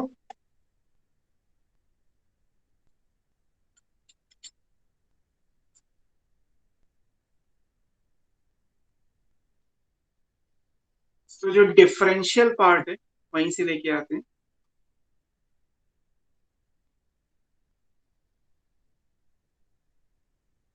जो नॉन होमोलॉगस है,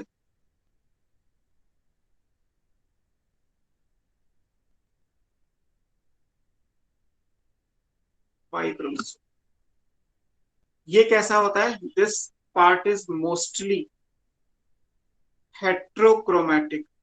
हेट्रोक्रोमैटिन नहीं पढ़ा है आपने, हेट्रोक्रोमैटिन और यू क्रोमैटिन आपको 11th में पढ़ाया गया होगा। यस बताओ। पढ़ा है सर। हेट्रोक्रोमैटिन क्या होता है,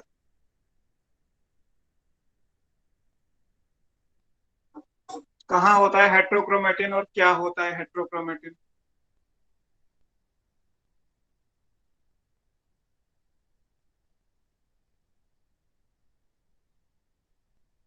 बोलो, what is heterochromatin?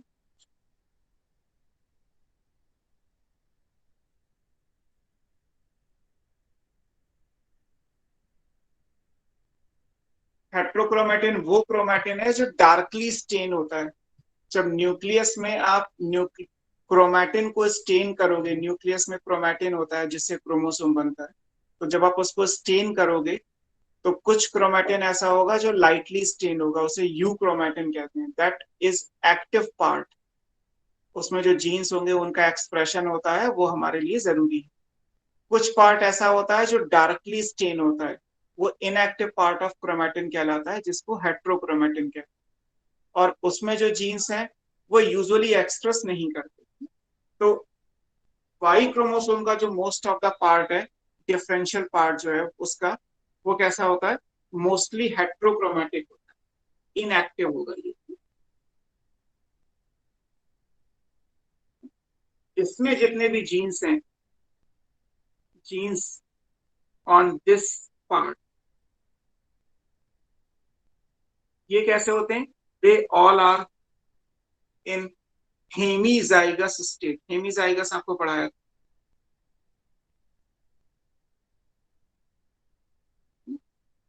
Such genes are called, ऐसे जीन्स को क्या कहते हैं, होलोएंड्रिक। होलैंड्रिक जीन कहते हैं, क्योंकि ये अपने आप में कंप्लीट है, इनमें दूसरा एलील है भी नहीं, हेमीजाइगस है, आधे हैं, फिर भी ये अपने आप को जब एक्सप्रेस करना होगा तो कर लेंगे, है ना? और ये केवल वाई क्रोमोसोम के इस वाले सेक्शन में है, तो ये केवल मेल से मेल में ट्रांसफर होगा। They are always transferred from male to male, male to male to male to male to male, कभी भी फीमेल में नहीं जा सकते। सर ये इनएक्टिव मतलब ट्रांसक्रिप्शनली इनएक्टिव? हाँ, इनएक्टिव का मतलब हमेशा यही, क्रोमैटिन में जब भी कभी इनएक्टिव एक्टिव की बात आती है, या क्रोमोसोम में भी कभी आप एक्टिव इनएक्टिव पढ़ते हो, तो उसका मतलब है इन टर्म्स ऑफ ट्रांसक्रिप्शन।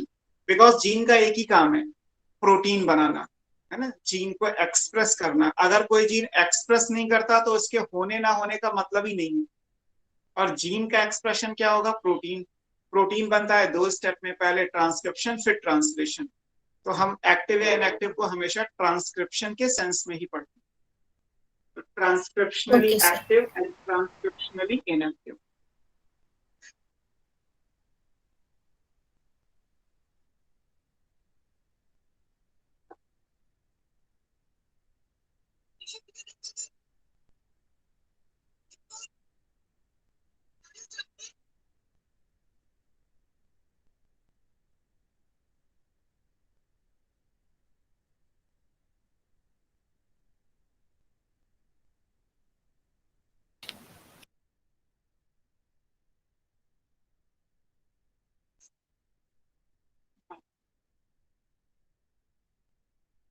ठीक है, तो ये ध्यान रखना है। अब कौन से जीन है, हम होलैंड्रिक जीन के कुछ एग्जांपल्स पढ़ लेते हैं। एक जीन जो सबसे कॉमन है, SRY जीन कहलाता है। SRY क्या कहलाता है, sex region on Y chromosome. SRY gene के 2 क्वेश्चन है ना। एक ये कि ये हमारी बॉडी का सबसे छोटा जीन है, this is the smallest gene of our body. और फिर वही बात है कि मेल में स्मॉलेस्ट आएगा, लेकिन कभी ये पूछा नहीं जाएगा कि फीमेल में स्मॉलेस्ट कौन सा है। जब भी कभी आएगा तो ह्यूमन के सेंस में आता है। आगे जब आप ह्यूमन जीनोम प्रोजेक्ट पढ़ोगे तो उसमें भी ये लाइन मिल जाएगी कि हमारी बॉडी का जो सबसे छोटा जीन होता है वो ये है। कितना छोटा है, केवल 14 बेस का है, 14 बेस ओनली। ATGC से आप जीन बनाते हो, एडेनिन थाइमिन गुआनिन साइटोसिन से, तो केवल 14 नाइट्रोजनस बेस का ये जीन है। Smallest gene of our body is SRY gene. ये क्या है, जीन है तो कोई, जैसे भी बताया मैंने कि जीन है तो ट्रांसक्रिप्शन ट्रांसलेशन से कोई प्रोटीन बनेगी। तो ये काम क्या करता है, this code for TDF। TDF क्या है, टेस्टिस डिटरमाइनिंग फैक्टर, फैक्टर यानी एलील। और ये फैक्टर ही जीन के बराबर होगा, क्योंकि यहाँ पे आधा ही है ना, तो 2 फैक्टर से एक जीन नहीं बनेगा, एक ही फैक्टर से एक जीन बन जाएगा। तो टेस्टिस डिटरमाइनिंग फैक्टर या TDF बनाता है। अब TDF का रोल क्या है ना। अभी तक तो पुराने टाइम पे हम क्या जानते थे कि पहले तो ये जानते थे कि भाई जिसे आपकी बुक में हिस्ट्री पूरी दी हुई है, बस आजकल सब लोग जानते हैं, इसमें कोई ऐसी पढ़ने वाली चीज है रह नहीं गई अब आज के ट्रेंड के हिसाब से। कि पुरानी सोसाइटी में क्या था कि लड़का होने के लिए रिस्पॉन्सिबिलिटी जो है वो मदर की मानी जाती थी, बट आज और पहले भी साइंस को ये पता था कि मेल से आता है। तो जैसे होता था पुरानी मूवीज वगैरह में दिखाते थे कि बेटियां हुई हैं तो उसके लिए रिस्पॉन्सिबिलिटी मदर की नहीं है, बेटा ना होने की रिस्पॉन्सिबिलिटी भी फादर की ही आती है, क्योंकि वाई क्रोमोसोम जो है वो सन बनाने के लिए रिस्पॉन्सिबल। एक मिनट बेटा।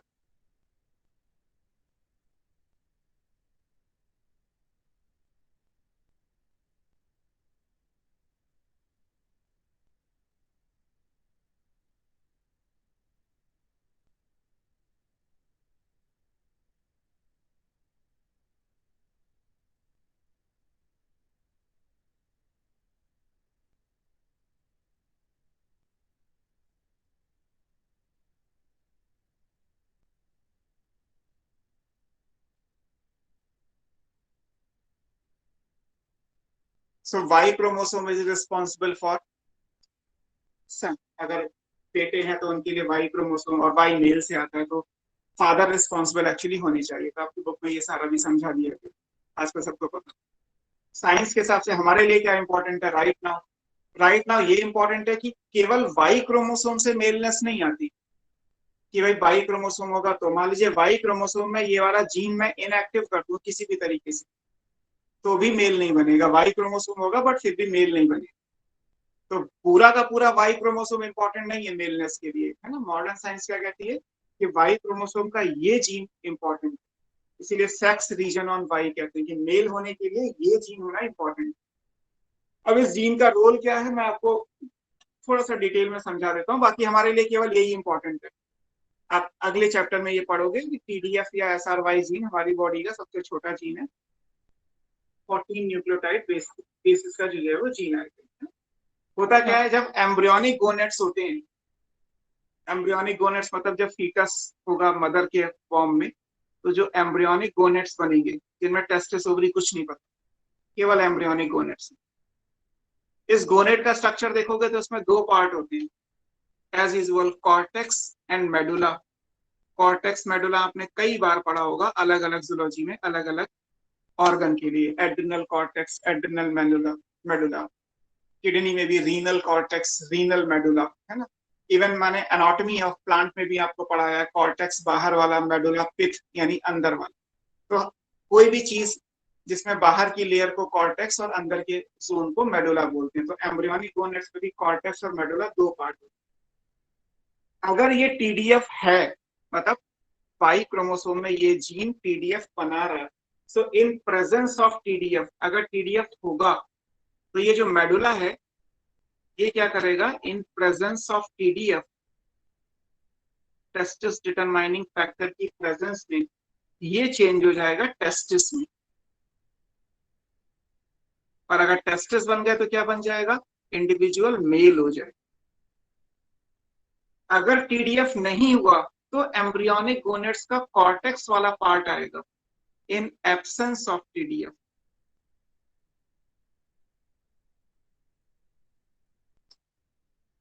और जब टीडीएफ प्रेजेंट नहीं होगा तो ये जो कॉर्टेक्स वाला पार्ट है यहां से बन जाएंगी ओवरी,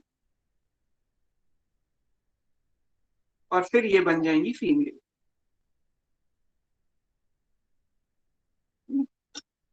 तो ये भी इंपॉर्टेंट है। अगर मान लीजिए कोई जाइगोट है जिसका कॉम्बिनेशन एक्स वाई है ना, तो आप कहें कि सर जाइगोट में एक्स वाई आया है तो मेल बनेगा, नहीं, आधी अधूरी बात है। एक ऑब्जेक्टिव क्वेश्चन करना हो तब तो ठीक है, एक्स वाई इंडिविजुअल है तो ह्यूमन में मेल बनेगा। पूरी नॉलेज क्या है, या हायर क्लासेस में मेडिकल साइंस में आप क्या पढ़ोगे, हालांकि ऐसा कोई कभी कोई क्वेश्चन नहीं पूछा गया, लेकिन टीडीएफ से रिलेटेड एक लाइन आपको समझाने के लिए मैंने बताया। हायर क्लासेस में क्या आता है कि वाई क्रोमोसोम होना अलग बात है और वाई क्रोमोसोम पे एसआरवाई जीन का काम करना अलग बात है। कई बार क्या होता है कि एक्स और वाई कॉम्बिनेशन तो है फिर भी इंडिविजुअल मेल नहीं बना, टेस्टिस का डेवलपमेंट नहीं हुआ। क्यों? क्योंकि वाई क्रोमोसोम में जो एसआरवाई जीन है वो किसी वजह से म्यूटेट हो गया, इनएक्टिव हो गया। इन एनी केस अगर वो टीडीएफ नहीं बना पा रहा तो एम्ब्रियोनिक गोनेट्स ओवरी में चेंज हो जाएंगी, बेबी एबनॉर्मल हो जाएगा, जेनेटिकली एबनॉर्मल हो जाएगा, बाई बर्थ एबनॉर्मलिटी आ जाएगी। लेकिन ये इंपॉर्टेंस है, इसलिए SRY जीन हमारी बॉडी में वाई क्रोमोसोम में इंपॉर्टेंट जीन माना। ऐसे ही अगर कोई और एग्जाम्पल आप लिखना चाहें, मैंने आपको जो उस दिन एग्जाम्पल दिया था जेनेटिक टर्मिनोलॉजी पढ़ाते समय, वो आपको पढ़ाया था मैंने, दूसरा एग्जाम्पल। ये एक पुराना क्वेश्चन था, इससे पूछा भी गया था। हाइपर ट्राइकोसिस, हाइपर माने एक्सेस, ट्राइकोम हेयर को कहते हैं, हाइपर ट्राइकोसिस एक्सेसिव हेयर।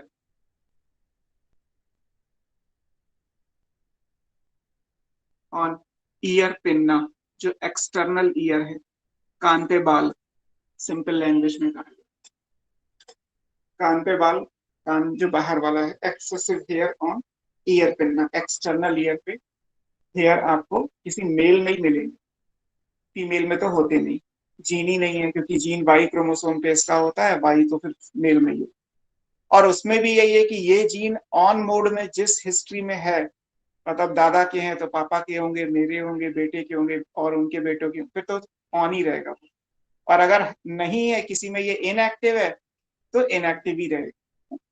लेकिन excessive hair on ear pinna या हाइपरट्राइकोसिस का जो जीन है वो वाई क्रोमोसोम के नॉन होमोलॉगस पार्ट से रिलेट होता है। ऐसे ही स्पर्म बनाने का जीन, स्पर्म बनाने का मतलब होता है स्पर्मेटोजेनेसिस में मियोसिस 2 हो गई, 4 स्पर्मेटोसाइट्स बन गए, उनकी जो मेटामॉर्फोसिस होगी जिससे एक्रोसोम, मिडिल पीस और स्पर्म का टेल बनेगा, उसका जो जीन है वो भी इसी जगह प्रेजेंट हो, है ना। तो स्पर्म बनाने का काम भी केवल मेल में हो सकता है, फीमेल में कभी नहीं। तो दैट्स व्हाई ये SRY जीन या जो नॉन डिफरेंशियल डिफरेंशियल या नॉन होमोलॉगस जो पार्ट है क्रोमोसोम का, वो इम्पोर्टेंट। ठीक है, अगले टॉपिक पे चलते हैं। ये तो वाई क्रोमोसोम की बात हो गई जो मेल में इंपॉर्टेंस शो कर रहे हैं। फीमेल में क्या है? फीमेल में तो, ह्यूमन फीमेल में तो क्या है, 2 एक्स क्रोमोसोम ही होते हैं। क्या दोनों एक्स क्रोमोसोम वर्किंग होते हैं? बताओ, ह्यूमन फीमेल में क्या दोनों एक्स क्रोमोसोम वर्किंग है?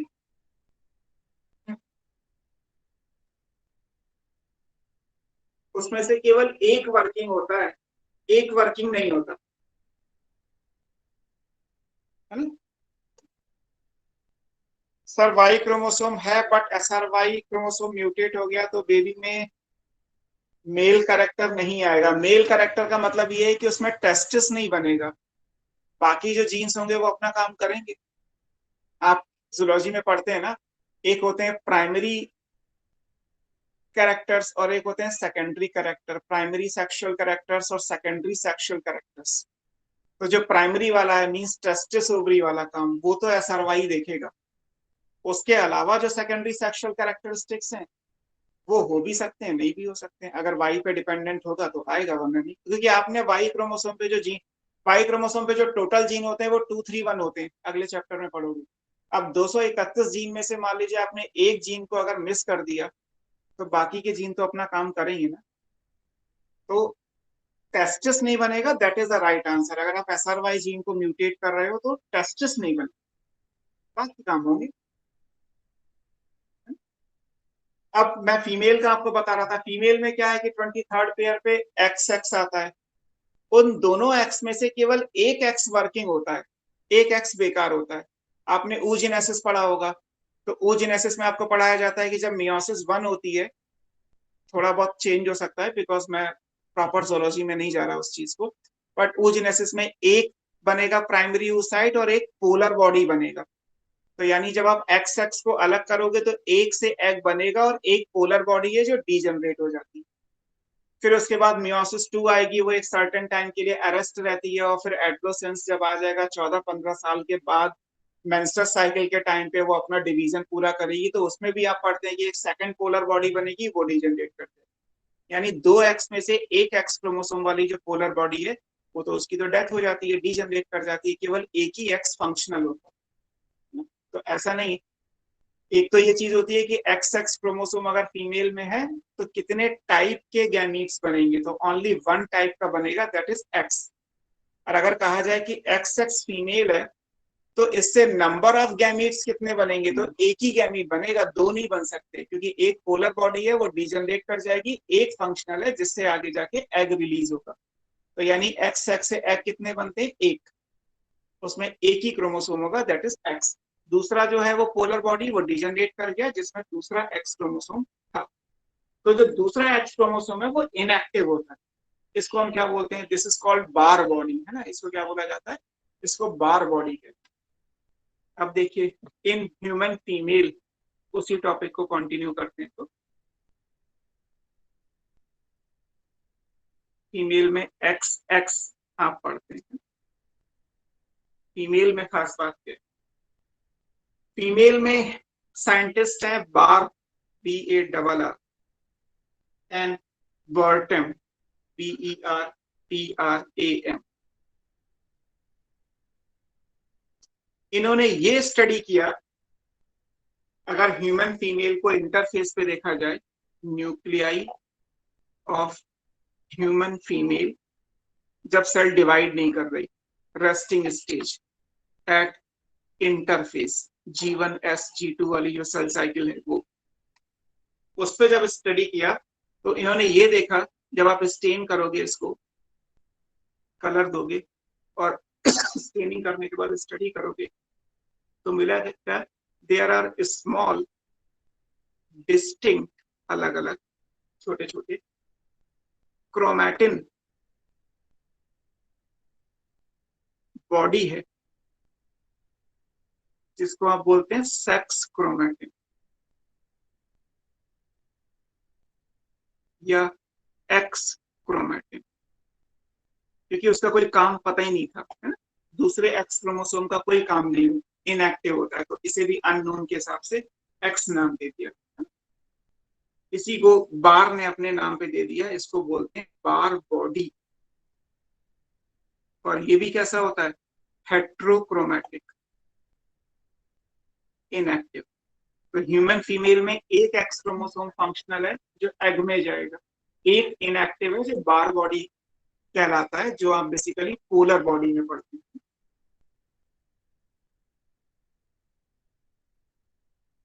अब यहां से क्वेश्चन आ जाते हैं कि बार बॉडी का नंबर कैसे निकालोगे आप किसी भी इंडिविजुअल में, तो किसी भी इंडिविजुअल में जो नंबर ऑफ बार बॉडी है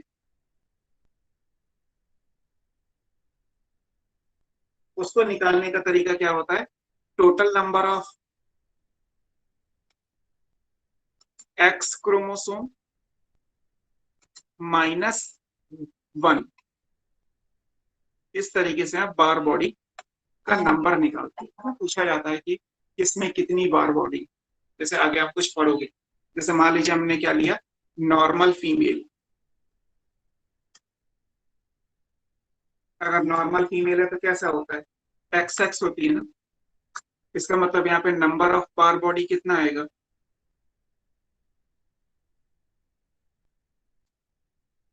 2 - 1 यानी कि 1। 2 एक्स क्रोमोसोम है, एक्स में से एक कम कर दो तो क्या रह गया, एक। तो जैसा मैं आपको बता ही रहा हूँ कि ह्यूमन फीमेल में बार बॉडी कितनी होती है, एक। अगर आपसे कहा जाए नॉर्मल मेल है, पूछ लिया जाए, तो नॉर्मल मेल यानी XY, इसमें आप नंबर ऑफ बार बॉडी निकालोगे तो क्या आएगा, 1 - 1 यानी कि 0। तो ह्यूमन मेल में कोई बार बॉडी नहीं होती, ह्यूमन मेल का जो एक्स क्रोमोसोम है वो फुली फंक्शनल है। ह्यूमन फीमेल में जो एक है वो फंक्शनल है, जो दूसरा एक्स है वो नॉन फंक्शनल, इनएक्टिव है, that is the bar body. इस तरीके से सुपर फीमेल हो, सुपर फीमेल वो होती है जिसमें एक्स क्रोमोसोम 2 से ज्यादा होते हैं, मान लीजिए 3 एक्स हैं, तो नंबर ऑफ बार बॉडी क्या आएगा, 3 - 1 यानी कि कितनी, 2। एक एक्स फंक्शनल और 2 एक्स जो है वो नॉन फंक्शनल। पूछा गया था लाइन फिल्टर सिंड्रोम, आपकी बुक में आगे दिया हुआ है, KLINEFELTERS, line filter syndrome. Line filter syndrome होता है डबल XY, मेल होता है जिसमें एक क्रोमोसोम एक्स्ट्रा है। अब आपसे कहा जाए नंबर ऑफ बार बॉडी, जो क्वेश्चन में पूछा भी गया, तो ये 2 - 1 अब कितना होगा 1। यानी कि अगर लाइन फिल्टर सिंड्रोम का केस है तो उसके 2 एक्स में से 1 एक्स फंक्शनल है और 1 बार बॉडी है नॉन फंक्शनल। ऐसे ही आपकी बुक में आगे टर्नर सिंड्रोम भी दिया हुआ है ना, वो भी एग्जाम में आया हुआ है, इसीलिए इतना पढ़ा भी रहा हूँ, है ना, क्योंकि ये क्वेश्चन एग्जाम के टर्नर सिंड्रोम और लाइन फिल्टर सिंड्रोम, इनके केस में बार बॉडी का नंबर कितना आता है। टर्नर सिंड्रोम में क्या होता है, X0, दूसरा एक्स क्रोमोसोम होता ही नहीं है।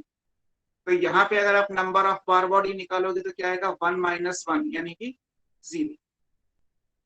तो टर्नर सिंड्रोम फीमेल होती है, टर्नर फीमेल्स में बार बॉडी होती ही नहीं। लाइन फिल्टर मेल होते हैं, वाई क्रोमोसोम दिखा है आपको, इनमें बार बॉडी 1 होती है।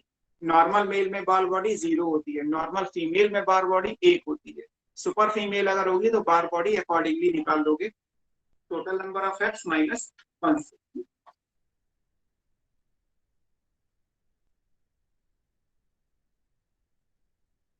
क्लियर? सर 1 मिनट पेपर नहीं करना, नीचे करना है ऐसे। बस सर।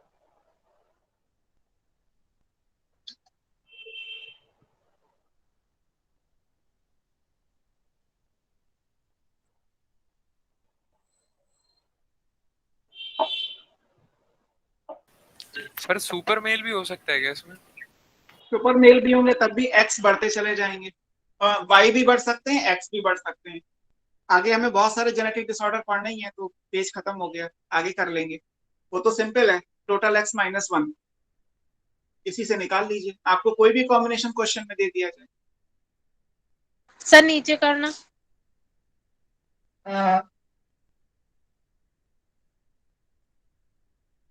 सुपर फीमेल में फरहीन ने लिखा है एक्स क्रोमोसोम दिए होंगे, यस, ट्रिपल एक्स है या 4 टाइम एक्स है, वो आपको मेंशन होगा। सर थोड़ा और नीचे कर दीजिए।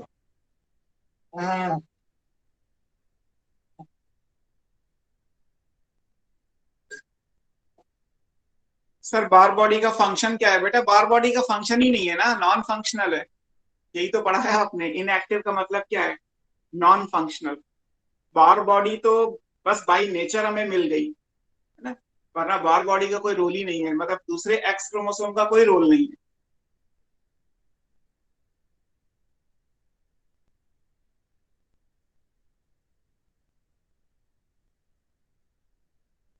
ना, जैसे मैंने आपको समझा दिया oogenesis को लेके, अगर मैं आपसे बिना oogenesis के पूछता कि ह्यूमन फीमेल में एक ही एक्स क्रोमोसोम फंक्शनल है, एक फंक्शनल नहीं होता, तो आप खुद ही कहते सर ऐसा तो ना होता है, एक्स वाले से तो एग बनते ही है।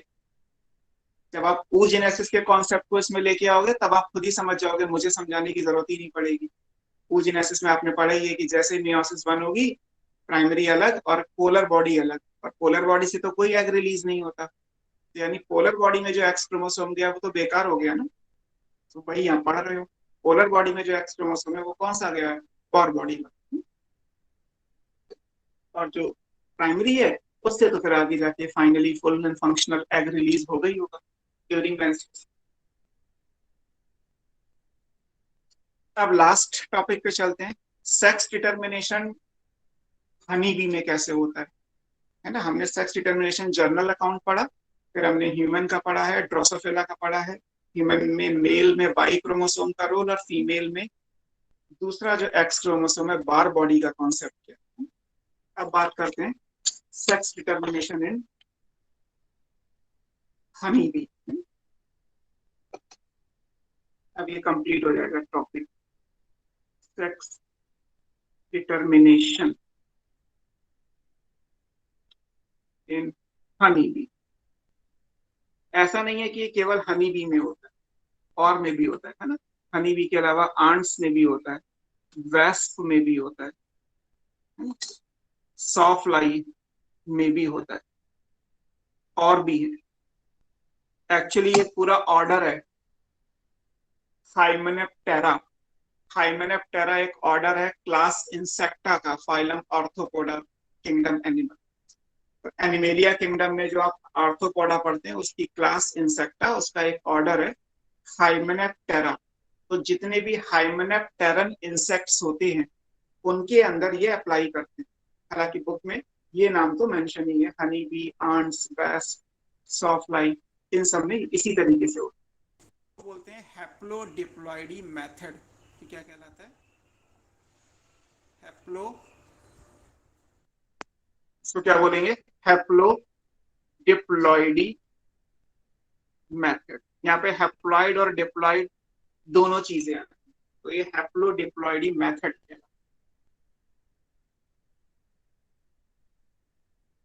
अब यहाँ पे है क्या, समझो इस चीज को भी।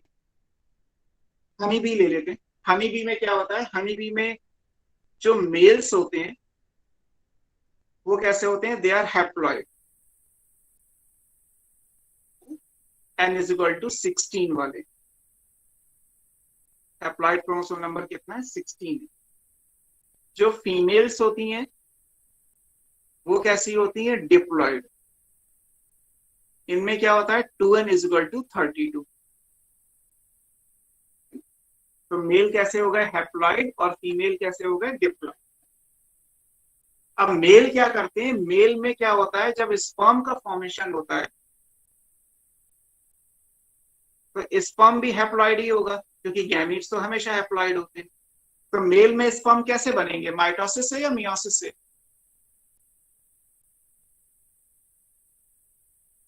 by which males यानी sperms are formed in honeybee? So mitosis. Mitosis. क्योंकि माइटोसिस में क्रोमोसोम नंबर में चेंज नहीं होता, तो यहाँ माइटोसिस से स्पर्म बन रहे हैं। फीमेल में जो एग बनेगा वो होगा n इज इक्वल टू 16, तो यहाँ मियोसिस होगी, क्योंकि ये डिप्लॉइड है और गैमीट्स तो हैप्लॉइड ही होते हैं। तो एग जब बनेगा तो क्या बनेगा? n is equal to 16। तो 2n से n पे जा रहे हो तो मियोसिस, n से n पे आ रहे हो तो माइटोसिस। तो एक तो यही हो गया कि sperms are produced by mitosis while the eggs are produced by meiosis. अब क्या होगा? जब ये स्पर्म इस एग से फ्यूज करेगा तो क्या बनेगा? जाइगोट। और जाइगोट बनेगा तो क्या होगा? 2n is equal to 32 by n is equal to 16, n is equal to 16। जैसे हमारी बॉडी में स्पर्म हो रहा है 23 मिलेंगे तो 46। तो जाइगोट बन गया 2n इज इक्वल टू 32। अगर zygote 2n is equal to 32 बन गया तो ये क्या बन जाएगा? फीमेल, क्योंकि डिप्लॉइड क्या होता है? फीमेल होता है। तो ये किस में चेंज हो जाएगा? This will change into female.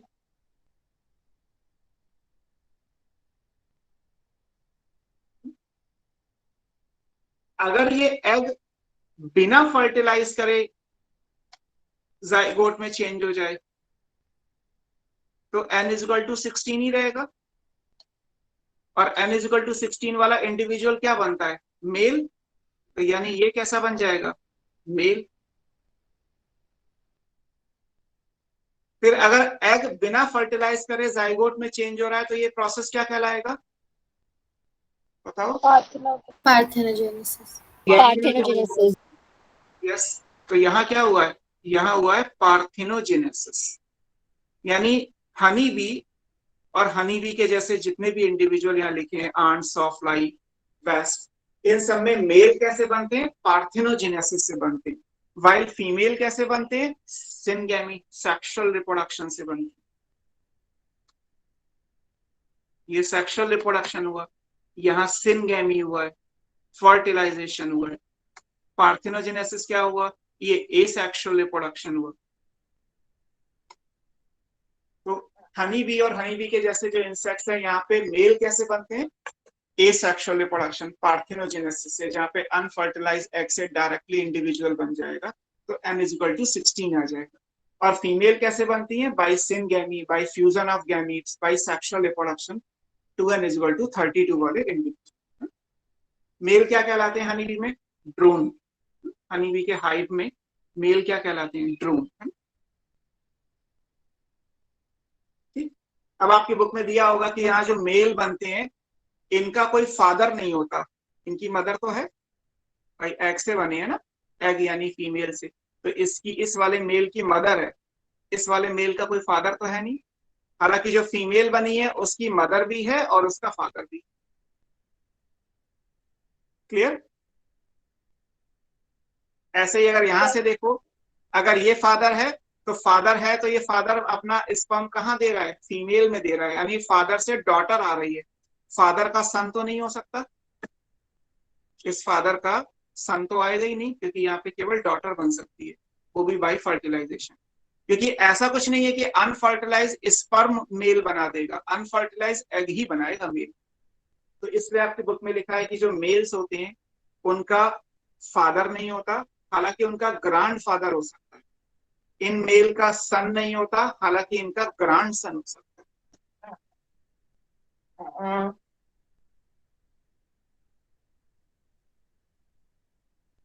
आई बात समझ में? यस अब सर। जो फीमेल होती है, बोलो, ठीक है। अब जो फीमेल होती है उसमें भी दो ऑप्शन होते हैं। हनी बी का जो हाइव होता है, जो छत्ता है मधुमक्खी का, उसमें मेल तो ड्रोन्स हो गए। जो फीमेल है वो दो होती हैं, एक क्वीन होती है और बाकी सारी जितनी भी होती हैं वो नर्सिंग या वर्कर बीज कहलाती है। एक क्वीन होती है जो रिप्रोडक्शन करती है, बाकी वो होती हैं जो पॉलन और नेक्टर को कलेक्ट करके लाएंगी और हाइव को मेंटेन करने में और न्यूट्रिशन देने में हेल्प करती है।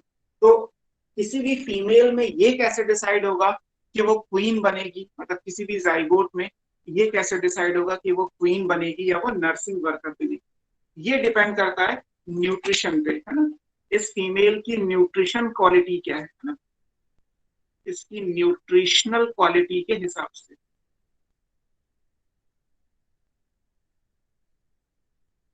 इस बेसिस पे इसके दो ऑप्शन है, या तो ये क्वीन बनेगी, क्वीन भी फीमेल है, या फिर ये नर्सिंग पालने वाले, या इनको वर्कर बीज कहते हैं।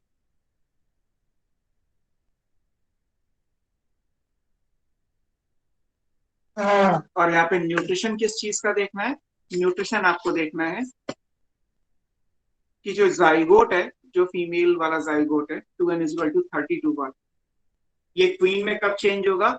अगर यहाँ से जो लार्वा है वो इन नर्सिंग जो बीज होती हैं इनके माउथ से एक जेली निकलती है, उसको रॉयल जेली बोलते हैं।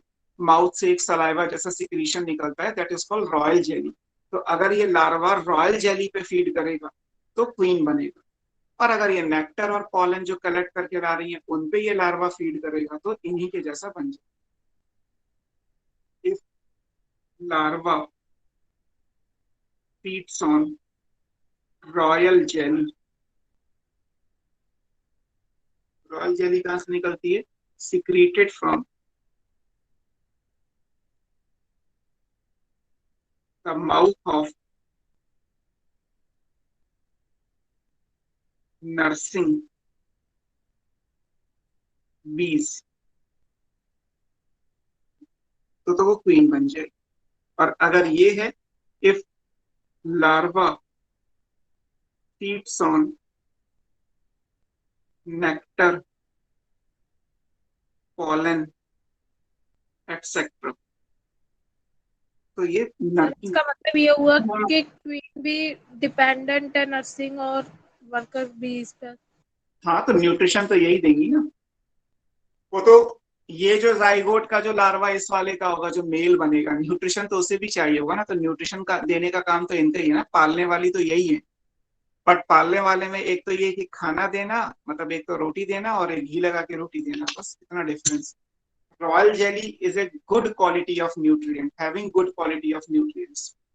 तो इसीलिए तो पूरे हाइव में अगर हजारों मधुमक्खियां हैं तो भी क्वीन केवल एक होती है, एक छत्ते में केवल एक रानी होती है, बाकी सारी जो है वो नर्सिंग बीज ही कहलाती, या फिर मेल्स होंगे, ड्रोन्स कहलाते हैं। ड्रोन का काम होता है हाइव को प्रोटेक्ट करना और स्पर्म बना के साथ फर्टिलाइज करके और आगे नेक्स्ट जनरेशन। तो मान लीजिए हाइव में थाउजेंड्स ऑफ बीज हैं total, male female queen nursing सब मिला के, तो उन सबको जो न्यूट्रिशन मिलेगा वो सब वही तो होगा जो नेक्टर या पॉलन वो कलेक्ट करके लाए, बस उसमें क्वीन को वो न्यूट्रिशन मिलेगा जो सबसे अच्छी क्वालिटी का है। और वो क्या है कि नर्सिंग बीज जो होती है उनके मुख से एक जेली निकलती है, उसे रॉयल जेली ही बोलते हैं, वो उस पे फीड करता है तो क्वीन, और नहीं तो फिर फीमेल है तो नर्सिंग, और मेल तो सारे ड्रोन्स होते ही, है ना। इसको आप एक तरीके से मान सकते हो कि ये इन्वायरमेंटल सेक्स डिटर्मिनेशन है ना। यहाँ पे फीमेल तो हो गया, बट फीमेल में कौन सी फीमेल, ये इन्वायरमेंट, ये न्यूट्रिशन डिसाइड कर रहा है कि ये बनेगी या ये बनेगी। जैसे जैसे होता ही है कि साइंस आगे जा रही है तो चीजें पता चलती जा रही हैं। बहुत सारे ऑर्गेनिज्म ऐसे हैं जहाँ पे कोई क्रोमोसोम का कोई रोल नहीं है सेक्स को डिटरमाइन करने में। इन्वायरमेंट डिसाइड करता है कि वो मेल बनेगा या फीमेल बनेगा। आपके सिलेबस में नहीं है, आगे जब मेडिकल जेनेटिक्स पढ़ोगे कभी तो मिल जाएगा आपको।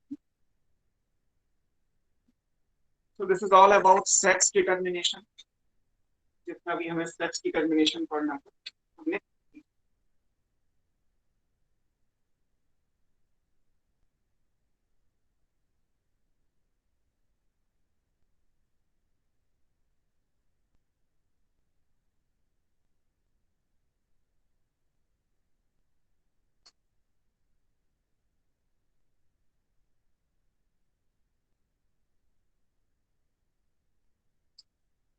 ब्रेक के बाद हम पढ़ते हैं जेनेटिक वेरिएशन, चैप्टर का चौथा टॉपिक।